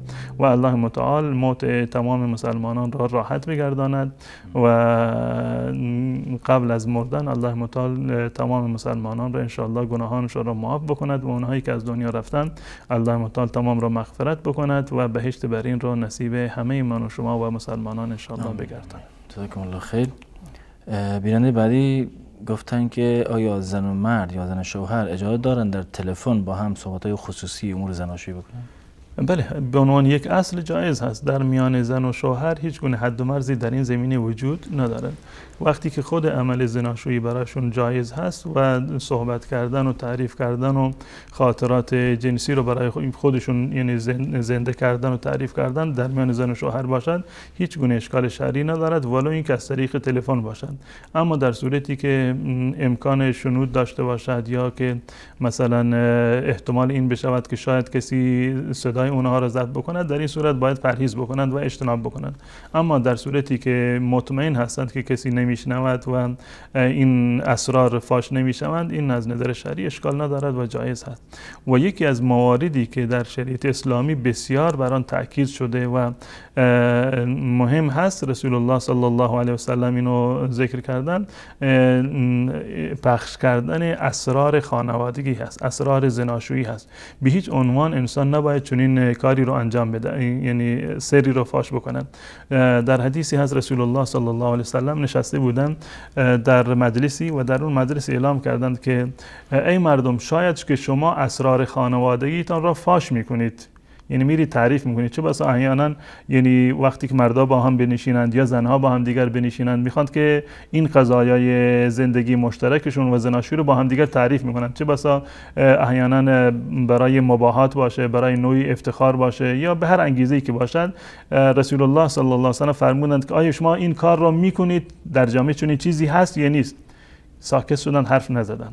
دوباره سوال کردن، کسی حرف نزد. در مرحله سوم که سوال کردن، دختری بلند شد که یا رسول الله، بله اینا هم مردا این کارو میکنند، هم زنها اینه بدارند. این مردا هم که با هم مینشینند این حرفا رو میزنند و زنها هم که با خودشون مینشینند این اسرار خانوادگی و زناشویی خودشون رو بیان میکنند و تعریف میکنند. رسول الله صلی الله علیه و سلم معنی این حرف شما این است که مانند یک شیطان نر و ماده‌ای که سر خیابان و جلوی انظار عمومی مردم یک عمل زناشویی رو انجام بدن. یعنی قباحتش در این اندازه هست. و رسول الله صلی الله علیه و سلم فرمودند که در روز قیامت اینها، خود لفظ حدیث متاسفانه از یادم رفت که وعیدی در این زمینه وارد شده از رسول الله صلی الله علیه و سلم که این افراد در روز قیامت مجازات خواهند شد، و خصوصا این که اگر این بگونه‌ای باشد که دعوت به فحشا باشد، دعوت به بیبندوباری در جامعه باشد، یا اینکه این تعریف کردن ها منجر به یک گناه و معصیت دیگر باشد، تحریک اینکه به بحث مجاهرت میرسد، این در واقع گناهش در این زمینه بیشتر خواهد. جزاکم الله خیرا. بیننده بعدی گفتن که نماز وتر باید در آخرین نماز باشد و اگر قبل از خواب، به خاطر اینکه میترسم شاید بیدار نشم در آخر شب، اگر قبل از اینکه بخوابم نماز وتر را بخوانم و دوباره در آخر شب بیدار شوم، آیا اجازه دارم نماز شب را بخوانم؟ به صورت یک اصل وقت نماز وتر بعد از نماز عشا هست. وقت نماز وتر بعد از نماز عشا هست تا قبل از فجر. این وقت نماز وتر هست. اولاتر و بهتر برای کسانی که بیدار می شوند این هست که در آخر شب نماز بخونند، این نماز وتر رو. کسانی که عادت دارند به نماز تهجد و نماز قیام شب، سعی بکنند که نماز وتر را در آخر شب بخوانند. روایت حضرت عبدالله ابن عمر هست در صحیح بخاری و مسلم که میگوید رسول الله صلی الله علیه و سلم فرمودند اجعلوا آخر صلاتکم من اللیل وترا. آخرین نمازی رو که در شب میخوانید نماز وتر باشد، یعنی نماز تهجد بخوانید، در آخر مثلا نماز وتر را بخوانید. روایت دیگر که فرمودند که صلات اللیل مثنا مثنا فاذا خشی احدکم الفجر صلى رکعتا او تر له ما قد صلى. نماز شب دو رکعت هست و وقتی که ترسیدید که فجر میدمد یک رکعت دیگر اضافه بکنید که این نماز گذشتهتون وتر میشود. یعنی یک رکعت وتر بخوانید که نماز، یعنی هم تهجد را خوندید و هم نماز وتر را خوندید. اما این برای کسانی هست که بیدار میشوند یا عادتشون بر این است که معمولا بیدار میشوند، این اولاتر هست که نماز وتر را تأخیر بیندازند، در آخر شب بخونند و قبل از نماز فجر، قبل از دمیدن فجر و صبح صادق باشه. منتها کسانی که نمیتوانند بیدار بشوند برای نماز شب، یا این که مطمئن هستند که بیدار نمیشوند، عادتی برای نماز شب در واقع ندارند، اینها باید بعد از نماز عشا و قبل از خواب نماز وتر را بخوانند. بعد از نماز عشا و قبل از خواب نماز وتر را بخوانند، به دلیل روایتی که در صحیح بخاری و مسلم هست از حضرت ابو هریره رضی الله تعالی عنه که میگه اوصانی خلیلی به ثلاث، که دوستم محبوب من مرا وصیت کرده، توصیه کرده به 3 چیز. یکی از این موارد این است که و ان اوتر قبل ان انام. ابو هریره میگه که محبوب من یعنی رسول الله صلی الله علیه و سلم به من توصیه کرده که قبل از این که بخوابم نماز وترم را باید بخونم. کسانی که میتوانند بعد از خوابیدن دوباره بیدار بشوند قبل از فجر نماز بخونند، نماز وترشون رو به تأخیر بیندازند و اگر اول نمیتوانند بیدار بشوند اول شب بخونند. بالفرض اگر کسی اول شب نماز وترش را خواند اول شب یعنی قبل از خواب نماز وترش را خواند و دوباره خوابید. در آخر شب الله متعال توفیق داد بلند شد برای نماز تهجد. اشکال نداره، شما میتونید نماز تهجد را بخوانید. نماز تهجد را بخوانید، منتها دوباره نماز وتر نخوانید. در یک شب دو وتری وجود ندارد. اگر بعد از نماز عشاء و وتر را خواندید، بعدا در آخر شب فقط همون نماز تهجد را بخوانید. نماز وتر رو دوباره دیگه اعادهش لازم در واقع نیست و جایز هم نیست که انسان نباید چنین کاری رو انجام بدهد. بعد از نماز وتر اگر کسی بیدار شد، جایز هست که نماز دیگر یا نماز تهجد رو بخواند. جزاکم الله خیر. اگر چادری که یک زن در نماز بر سر میکند اگر در موقع سجده بر زیر دستانش قرار بگیرد، آیا اشکالی در نماز وجود ندارد؟ نه، هیچ گونه اشکالی ندارد و چاره جز این نیست. این لباسی که انسان پوشیده حتما وقتی که سجده بکند زیر بدن قرار میگیره. حتی اگر چادر زیر سرشون هم قرار بگیره، زیر پیشانیشون قرار بگیره، بازم از نظر شرعی هیچ گونه اشکال نداره و جایز است. مثلا این چادری که نماز میخونند به وقتی که رفتن به سجده بر روی مصلی و جا نماز افتاد و خودشون روی چادر خودشون سجده کردن، بازم هیچ گونه اشکالی نداره. یا اینکه چادرشون مثلا از سر پایین باشه، روی پیشانیشون باشه، سجده بکنن، باز هم اشکال نداره و جایز هست. در وقت سجده دعایی که باید بخونه، آیا میتونه انسان دعایی که از قرآن اومده یا از سنت اومده؟ بله، رسول الله صلی الله علیه و سلم فرمودن نزدیکترین حالتی رو که انسان با پروردگار خودش دارد در حالت سجده هست. فاکثروا فیها من الدعاء و قمن ان یستجاب لکم. در حالت سجده زیاد دعا بکنید، سزاوار هست که دعا شما در حالت سجده قبول بشود. یکی از مکانها و جاهای اجابت دعا در هنگام سجده نماز است. تفاوتی نداره که این سجده نماز فرض باشد یا نماز سنت و نفلی باشد. در هر سجده از نظر شرعی برای شما جایز هست که دعا بکنید، مثل این دعاهایی که خواهرمون گفتن. هر دعایی که باشه اضافه بر اون ذکر نماز، هر دعایی رو که به زبان عربی بلد هستید میتونید بخوانید. حتی با زبان محلی هم اگر کسی دعا بکند باز اشکال شرعی ندارد و نمازش درسته. بله، سپاسگزارم از شما. ترشحات زنانه آیا وضو رو باطل میکنن؟ در مورد ترشحات زنانه دو تا حکم در اینجا وجود داره. یکی بحث نجاستش هست و یکی بحث شکستن وضو هست. به عنوان یک قاعده فقهی در نظر فقها این است که ما خرج من السبیلین، یعنی هر چیزی که از دو راه طبیعی بدن خارج می شود، این شکننده وضو هست.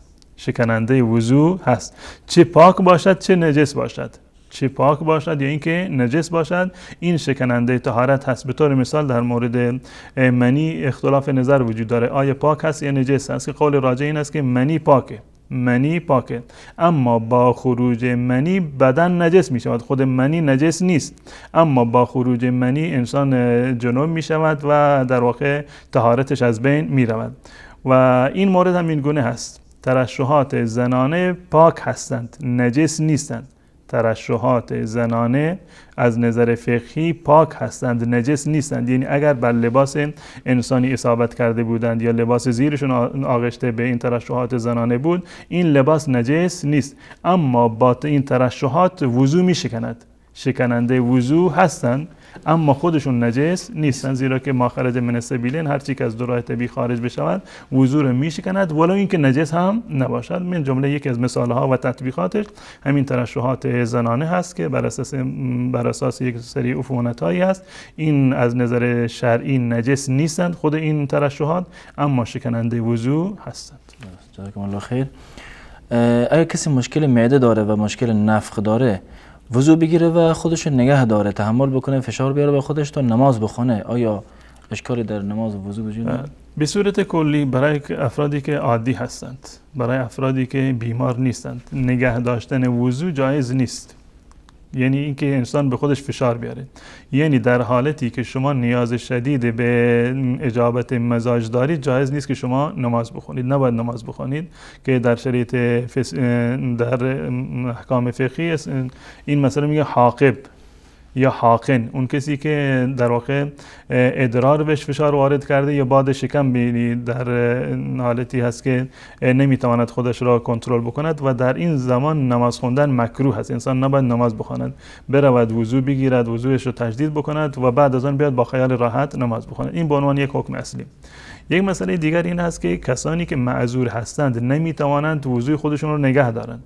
به خاطر نفخ معده هست یا به خاطر در واقع اینکه نمیتوانند ادرار خودشون رو نگه دارند، اینها وضویشون وضوی معذور هست، یعنی یک وضوی جداگانه و مستقلی هست غیر از این وضویی که یعنی حکم شکستن وضوشون متفاوت هست. کسانی که معذور هستند به هر دلیلی نمیتوانند ادرار خودشان را کنترل بکنند، یا کسانی که نمیتوانند باد شکم خودشان را کنترل بکنند به هر دلیلی که باشد.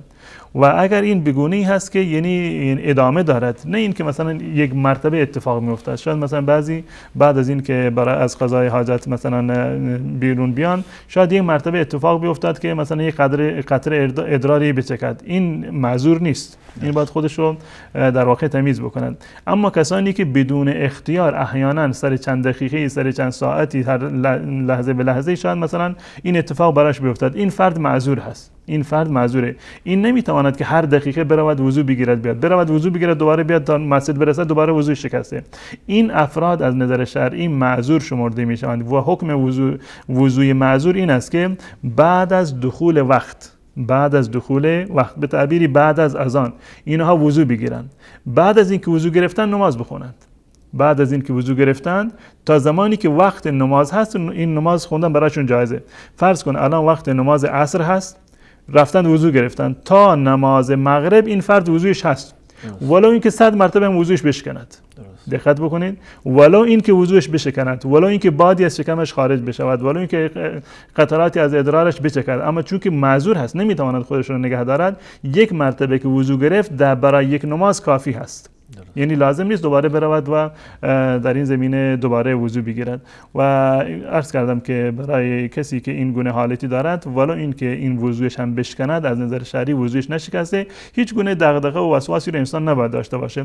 احیانا انسان معذب می شود در چنین حالتی، فکر می کند که خب من که وضویم شکسته، قطره ادرار چکیده، یه بادی از شکمش خارج شده، نمازم نمیدونم باطل شد یا خون درست نیست.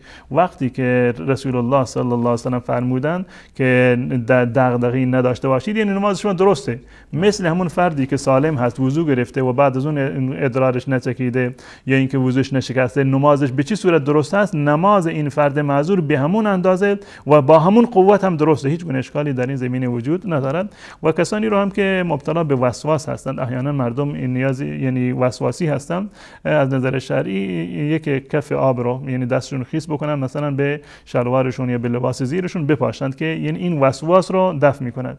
اون گونه شاید احیانا بگونه‌ای باشد که اصلا اتفاقی براش نیفتاده، یعنی سالم هست، هیچ اتفاقی نیفتاده، اما خودش وسواس دارد، احساس میکند که وضوش شکسته. با این پاشیدن آب در واقع اون وسواس از بین میرود. و الله متعال تمام کسانی را که بیماری دارند یا دچار وسواس هستند الله متعال همه رو شفا بدهد. جزاکم الله خیر.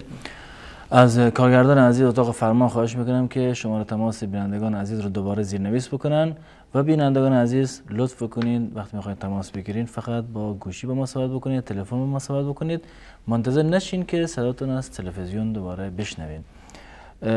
جناب مولانا، اگر کسی هنگام ذکر کردن حواسش پرت باشه آیا اشکالی در ذکرش وجود میاد؟ ذکر قبول میشه یا نه؟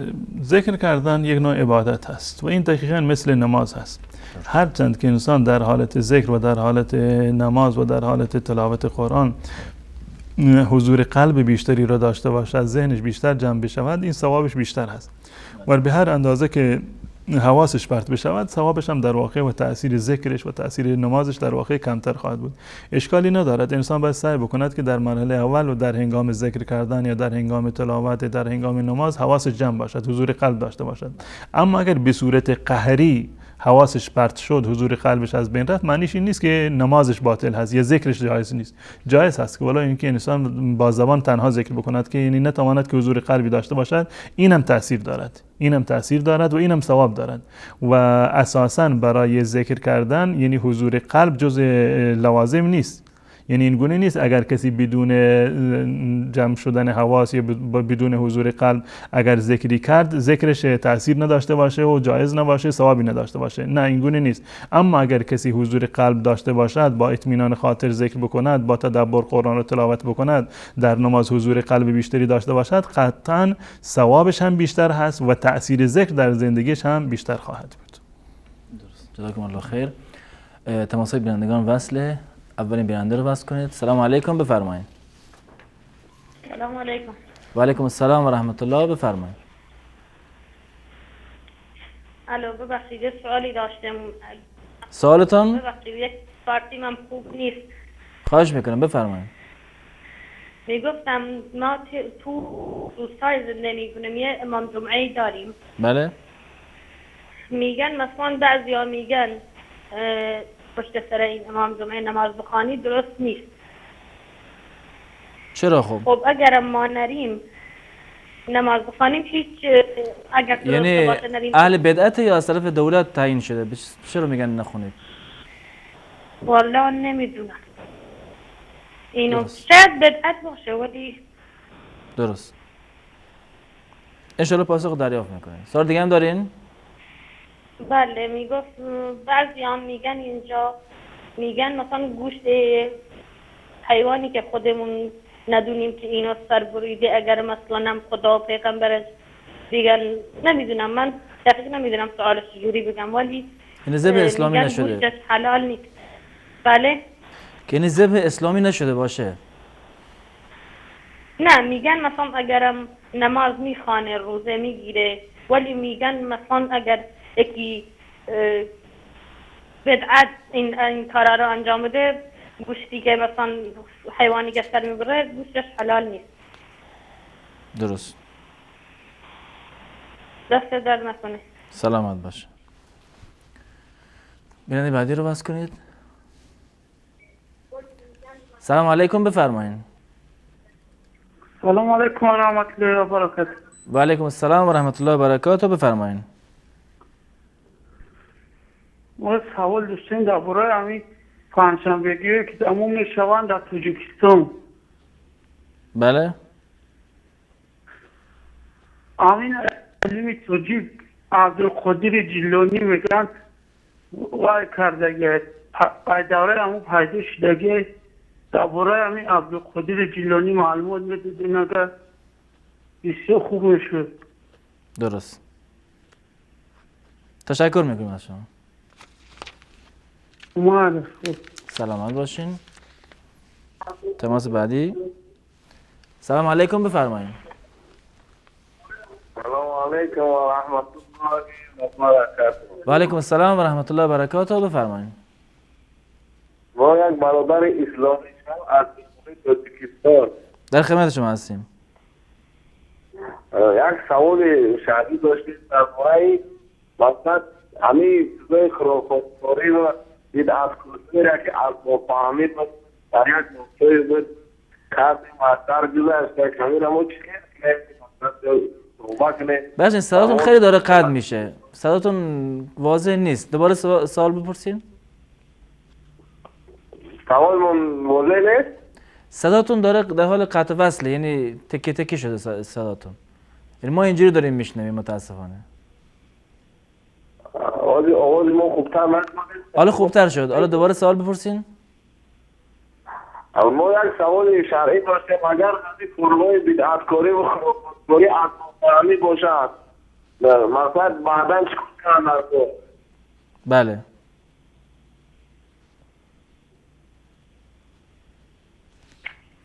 سوال واضح است. انشالله پاسخ دریافت میکنیم. تشکر میکنیم از شما. سلام علیکم بفرمایید.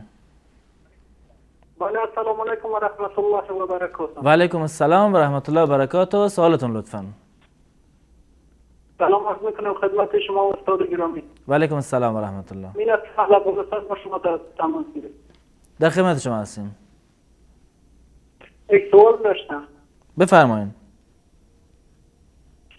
طرفای در منطقه ما مثلا آقا بنام آقا چون اسمای مثلا تایید و آقا تعویض نوشته میکنم از تعویض دیگه در طول حساب پول ایران اگر بندازم 20 تومن یا 30 تومن باید از هر تعویضی که می نویسن پول باید پرداخت کنی. اگر پرداخت نکنی عصبانی میشن میگه چرا دکتر پول میدین با ما پول نمیدین. گفتم لطفا اینا بله. توضیح بدید از قرآن کنن برای ما روشن بشه که جریان چجوریه. درست. تشکر میکنم از برنامه خودتون. سلامت باشین. من تشکر میکنم از شما. سلام علیکم بفرمایید. به شما یک سوال دارم. بفرمایید سوالتون. برای 7 روزه گرفتن برای آیا گناه 7 روز در گرفتن دوباره بگین صدا مشکل داره. 7 روز در روزه گرفتن آیا گناه است؟ والا متوجه در نمیشم. حق من دعای خیر نماید 4 ساله که از یعنی 7 روز پشت سر هم روزه گرفتن؟ یعنی 7 روز کامل در یک هفته روزه بگیرین؟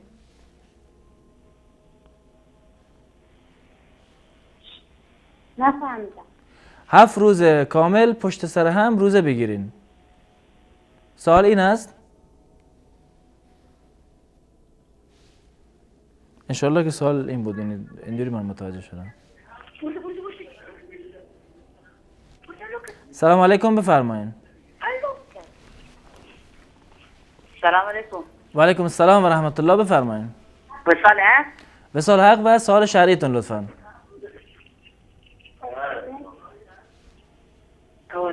الو سلام علیکم. و علیکم السلام و رحمت الله. ما از آقای استاد دیوان سوال داشتیم. بفرمایین. صدای شما داره پخش میشه. سوالتون؟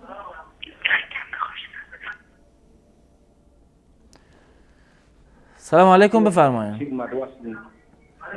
سلام علیکم و رحمت الله و برکاته. و علیکم السلام و رحمت الله و برکاته. در خدمت شما هستیم. خب استاد من یک سوال ازتون دارم، میخواستم اینو بدانم. بفرمایین.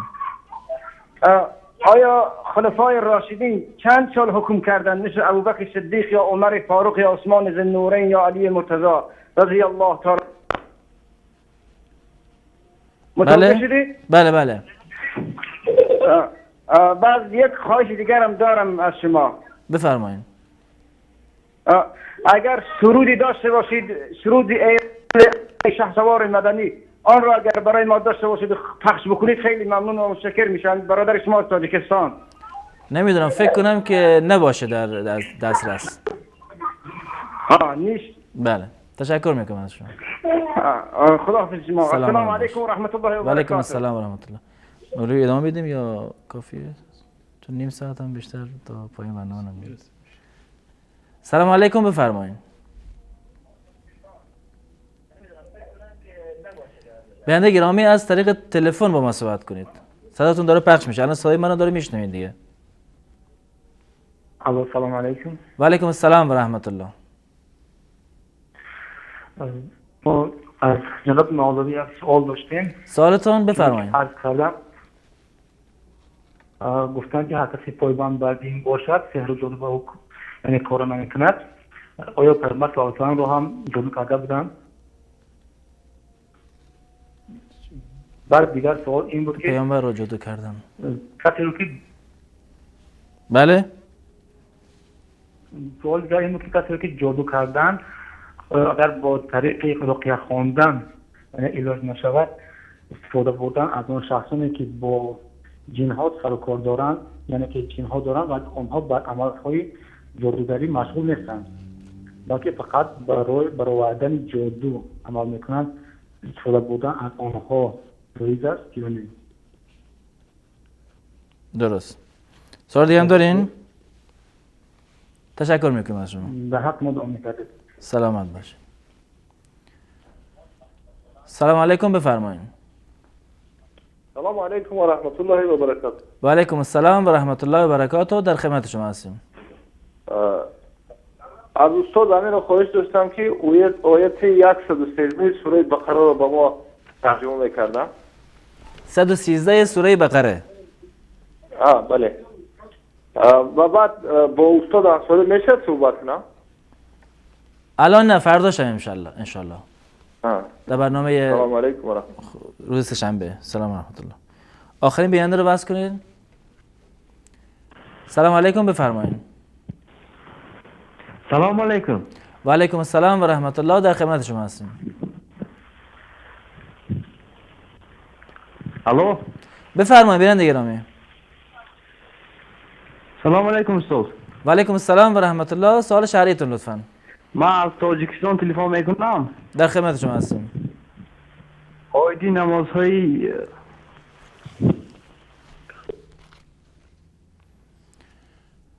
ظاهراً تماسشون قطع شد.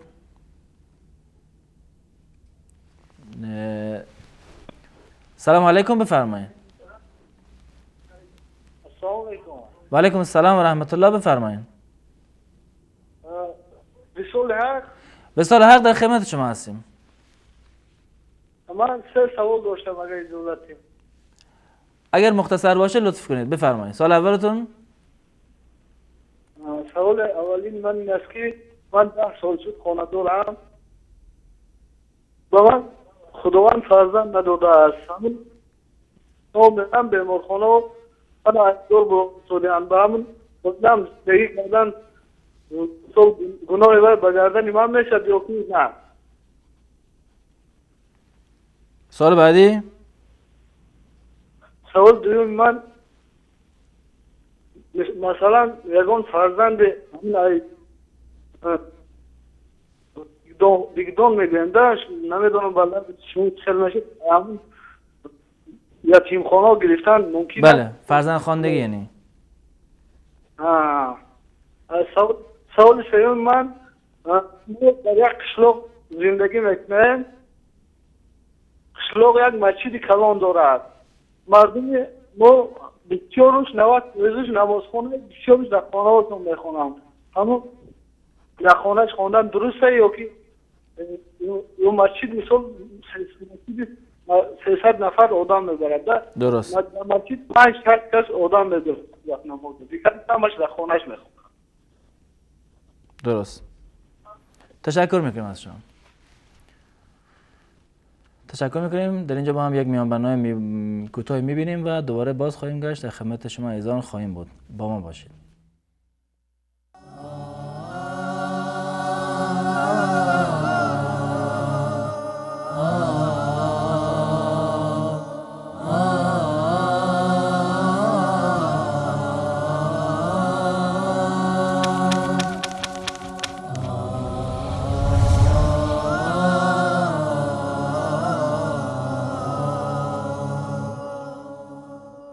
بسم الله الرحمن الرحيم.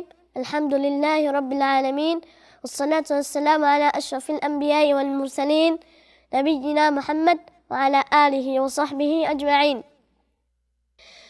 من عبد الله خان أسلم، محر صلاة طاجيكستان. أعوذ بالله من الشيطان الرجيم. بسم الله الرحمن الرحيم.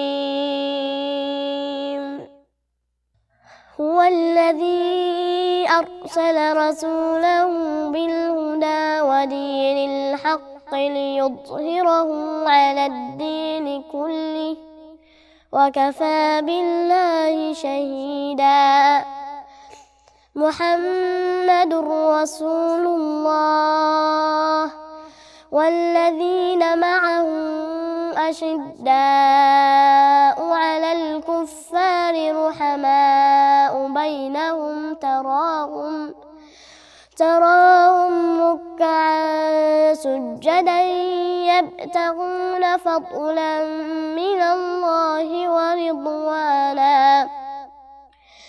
سيماهم في وجوههم من أثر السجود، ذلك مثلهم في التوراة ومثلهم في الإنجيل كزرع أخرج شطأه فآزره فاستغلظ فاستوى على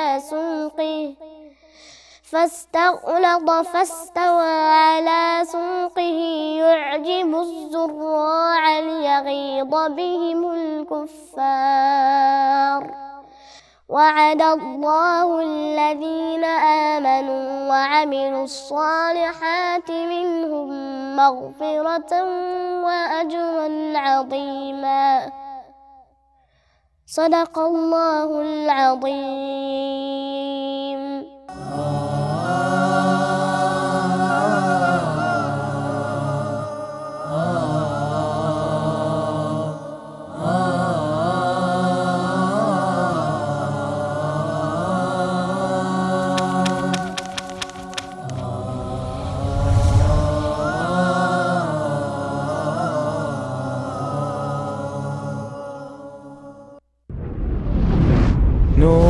في الظلمات أنسي في خلواتي يا سعدي وهنائي.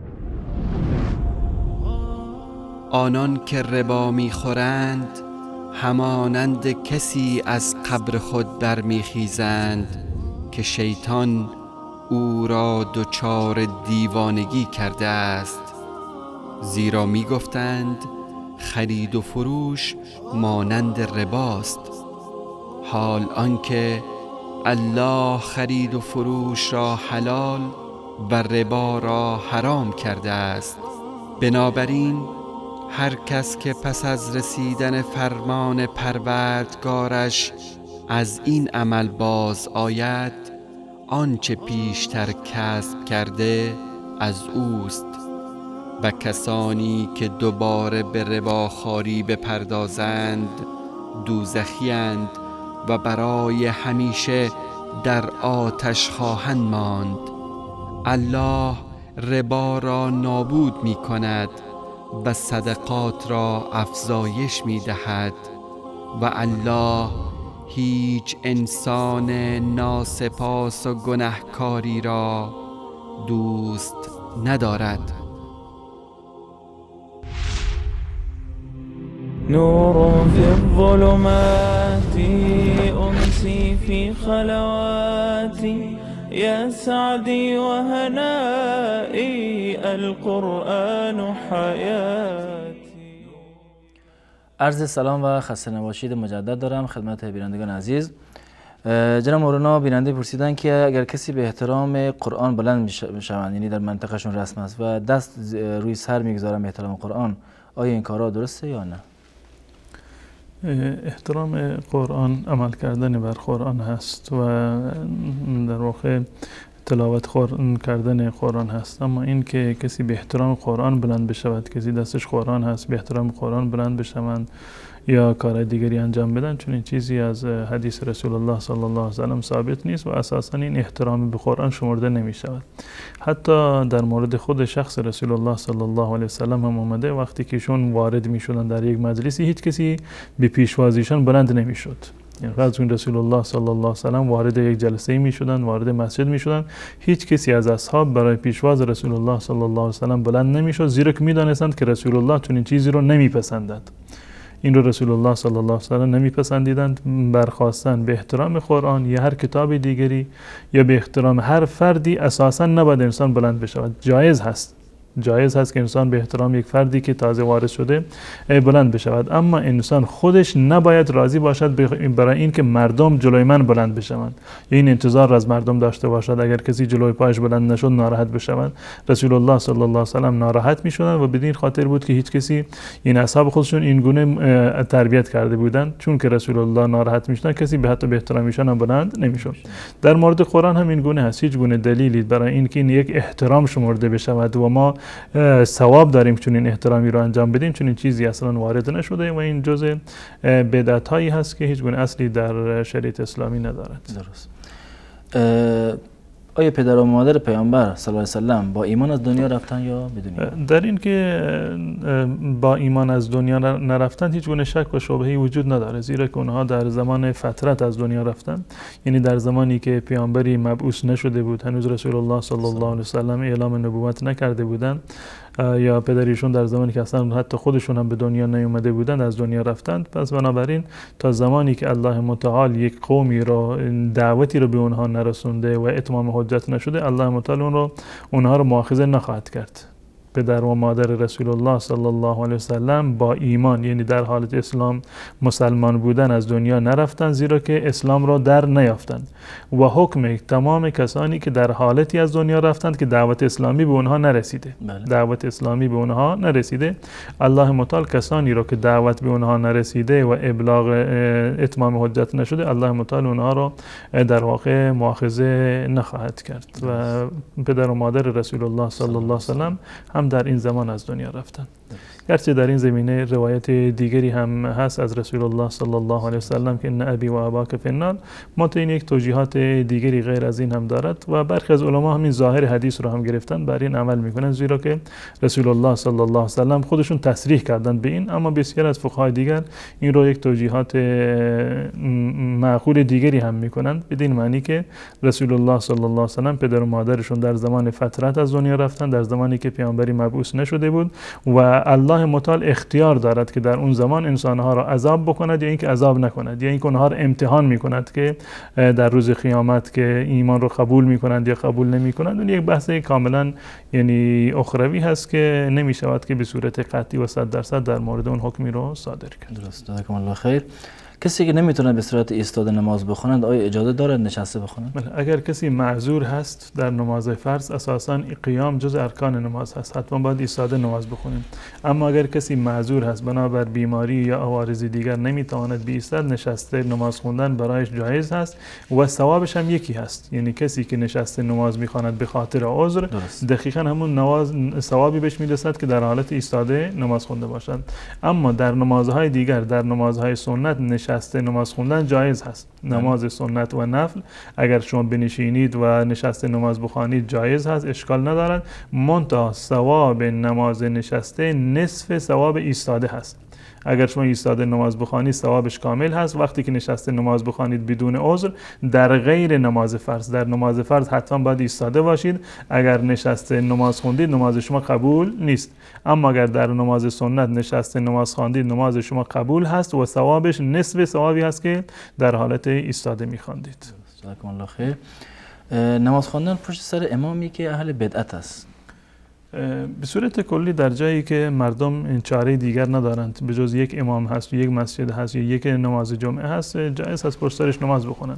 اما اگر در جای چند مسجد هست، اولاتر هست انسان اون مسجدی که امامش بالفرض مبتدی باشه اونو ترک بکنن برن مسجد دیگر. اما در صورتی که مسجد دیگر وجود ندارد، نماز خوندن پشت سر این امام جایز هست و به بهانه این که امام نمیدونم بدعتی دارد، اونم که معلوم نیست که چه نوع بدعتی باشد، شاید یک نوع سوء تفاهمی باشد، یا شاید مثلا اون امام مثلا پیرو یک مذهب خاصی باشد از فقهای اربعه، مثلا شافعی باشد به طور مثال، یک حکمی رو بر اساس مذهب امام شافعی انجام میدهد. به طور مثلا قنوت فجر رو میخونند. به چنین فردی ما نمیتونیم بگیم که مبتدع هست نماز پشت سر جایز نیست، گرچه قول راجح این است که در نماز فرض قنوتی وجود نداره، قنوتی که همیشه باید بخونند. اما وقتی که یک فردی بنا بر مذهب امام شافعی رحمت الله علیه عمل میکند، ما به هیچ عنوان و با هیچ معیاری حق نداریم که بگیم فلانی مبتدع هست. عرض کردم که این مبتدع خوندن همین بستگی به علم دارد، بستگی به بررسی و تحقیق دارد. به همین گونه نمیشود هر کسی را متهم به بدعت کرد. بالفرض این که بدعتی رو در دین هم داشته باشد، در صورتی که مسجد دیگری نباشد، به بهانه بدعت شما نمیتوانید که نماز جماعت رو در واقع ترک بکنید، مگر این که بدعت مکفری باشد، یعنی در حالت در حد کفر برسد که حکم کاملا جداگانه است. اما به خاطر اینکه چون که امام فلان مسجد نمیدونم با حکومت رفت و آمد میکند یا حکومت تعیینش کرده، یا امام فلان مسجد بالفرض بعد از دعا مثلا بعد از نماز دعای دست جمعی میخواند، یا اینکه اذکار و اورادی رو دارد، یا اینکه پیرو فلان مذهب خاص هست، بدین بهانه نمیشود که نماز جماعت رو ترک کرد. درست. ذبح گوشت یعنی خوردن گوشت حیوانی که این اهل بدعت ذبح کردن درست؟ هیچ گونه اشکال نداره. وقتی که انسان مسلمان هست و در دایره اسلام هست، حیوانی رو ذبح کرده، مذبوحش حلال هست و انسان هم نباید در این زمینه وسواسی رو داشته باشه.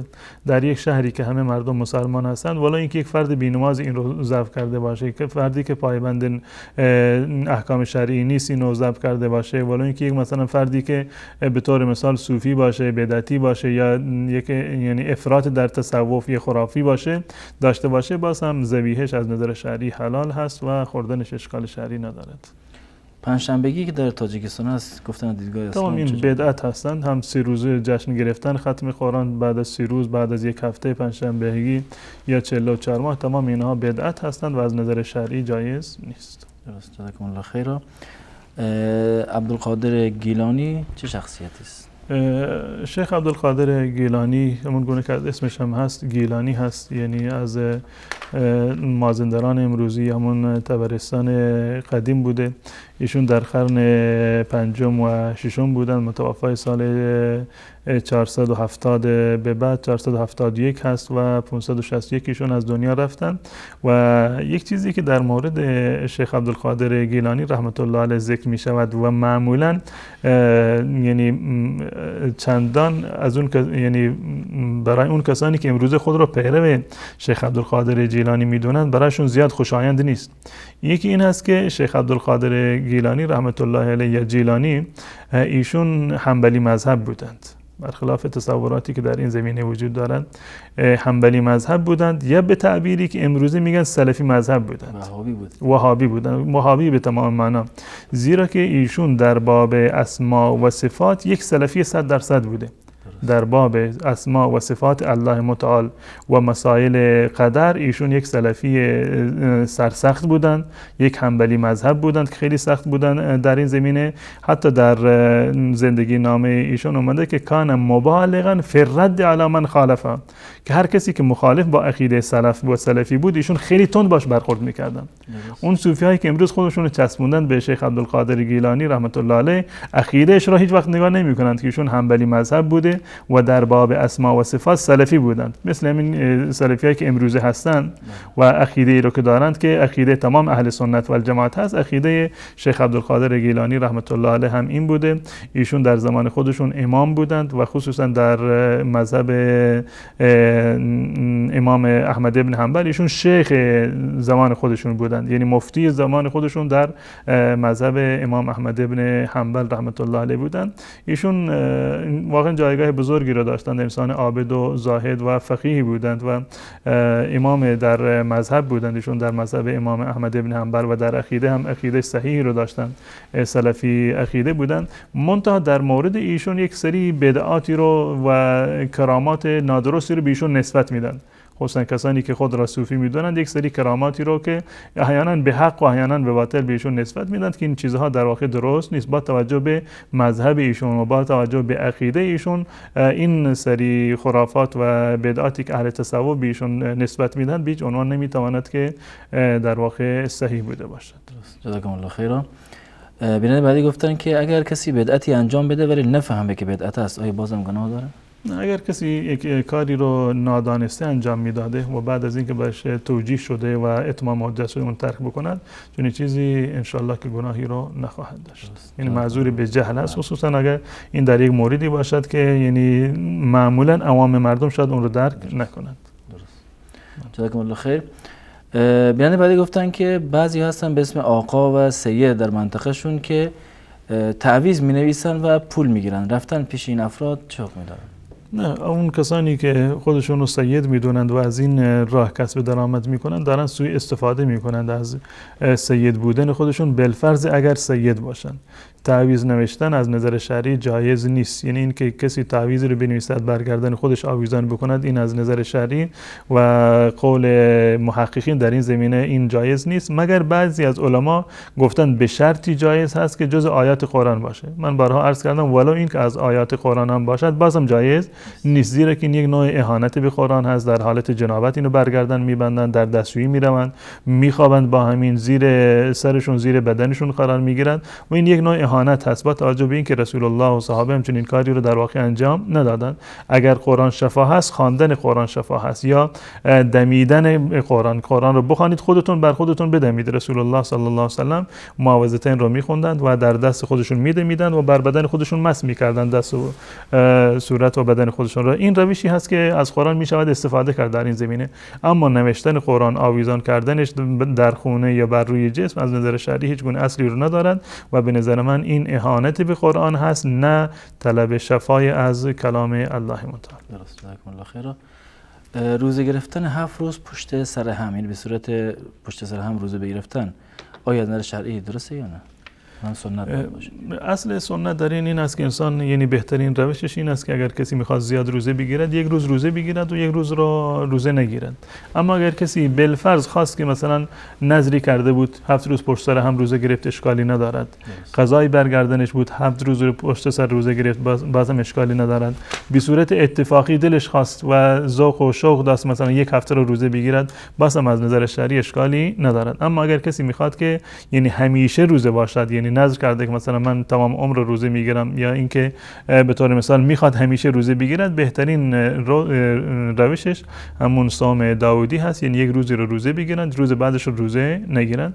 با توجه اگر بخوان بر سنت عمل بکنن، سنتی که از رسول الله صلی الله علیه و سلم ثابت شده و ترغیب شده، روزه گرفتن روزهای دوشنبه و روزهای پنجشنبه هست. رسول الله صلی الله علیه و سلم فرمودند در این دو روز اعمال نزد الله متعال عرضه میشوند و من دوست دارم در زمانی که اعمال پیش الله متعال عرضه میشوند من روزه باشم. روز دوشنبه و پنجشنبه رو یا روز عاشورا رو، روز عرفه رو، روزه گرفتن این ایام در واقع جز روزهای سنت هست. سپاسگزارم از شما. خلفا رضی الله عنهم چند سال حکم کردند؟ در این زمینه روایتی هست در مسند احمد که رسول الله صلی الله علیه و سلم فرمودند خلافت بعد از من 30 سال هست و عملا هم این گونه بود. خلافتی که بر منهاج نبوت هست، خلافت راشده معروف است، خلافت خلفای راشدین، این در واقع 30 سال هست. 2 سال و تقریبا 2-3 ماهش خلافت حضرت ابوبکر صدیق رضی الله تعالی عنه بود و 10 سال و 10 سال و نیم در واقع خلافت حضرت عمر رضی الله تعالی عنه، 12 سال خلافت حضرت عثمان و قریب به 5 سال یا 4 سال و 9 ماه خلافت حضرت علی رضی الله تعالی عنه بود و به اضافه 6 ماهی که خلافت حضرت حسن رضی الله تعالی عنه بود. اینها مجموعاً خلافت خلفای راشدین 30 سال هستند. سپاسگزارم از شما.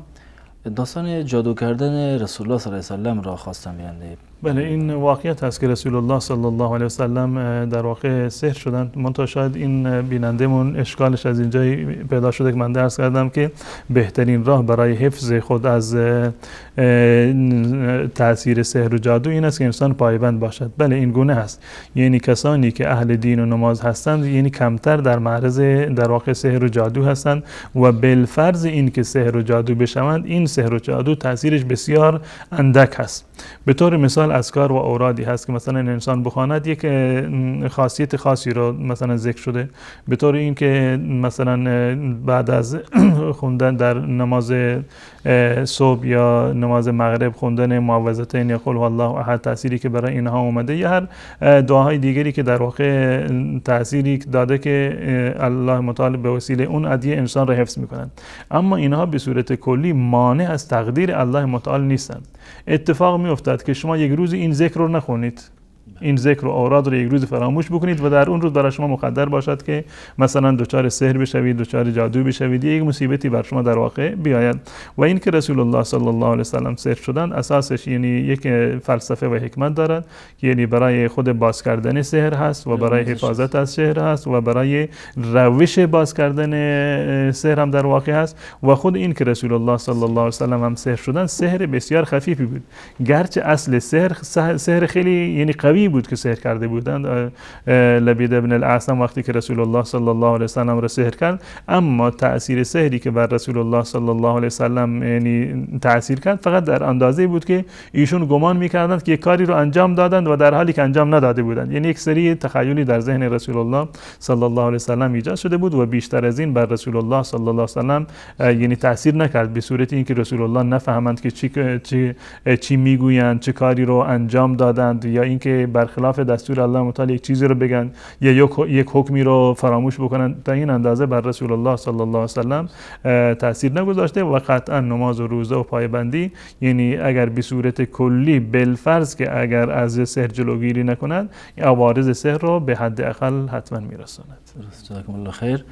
بنابراین داره آیه 113 سوره بقره خواستن بفرمایید. در آیات 113 ما قبل و ما بعدش الله متعال در مورد یهود و نصارا صحبت میکند و سخن گفته به تفصیل و در آیه 13 الله متعال میفرماید قالت اليهود ليست النصارى على شيء و قالت النصارى ليست اليهود على شيء، که یهود به نصارا میگفتند که شما بر دین حق نیستید و نصارا به یهود میگفتند که شما بر دین حق در واقع نیستید و همدیگر رو متهم میکردن شما پیرو ادیان الهی نیستید، در صورتی که خودشون میفهمیدند که هم تورات از جانب الله متعال هست و هم انجیل از جانب الله متعال هست. اما رسول الله صلی الله علیه و سلم رو الله متعال متوجه کردند اینها حتی همدیگر رو هم قبول ندارند، شما چه انتظار دارید که این یهود و نصارا بیان شما را هم در واقع به عنوان یک دین الهی در واقع قبول بکنند و با توجه به این که رسول الله صلی الله علیه و سلم از عرب مبعوث شد و از یهود و از نصارا مبعوث نشده بود؟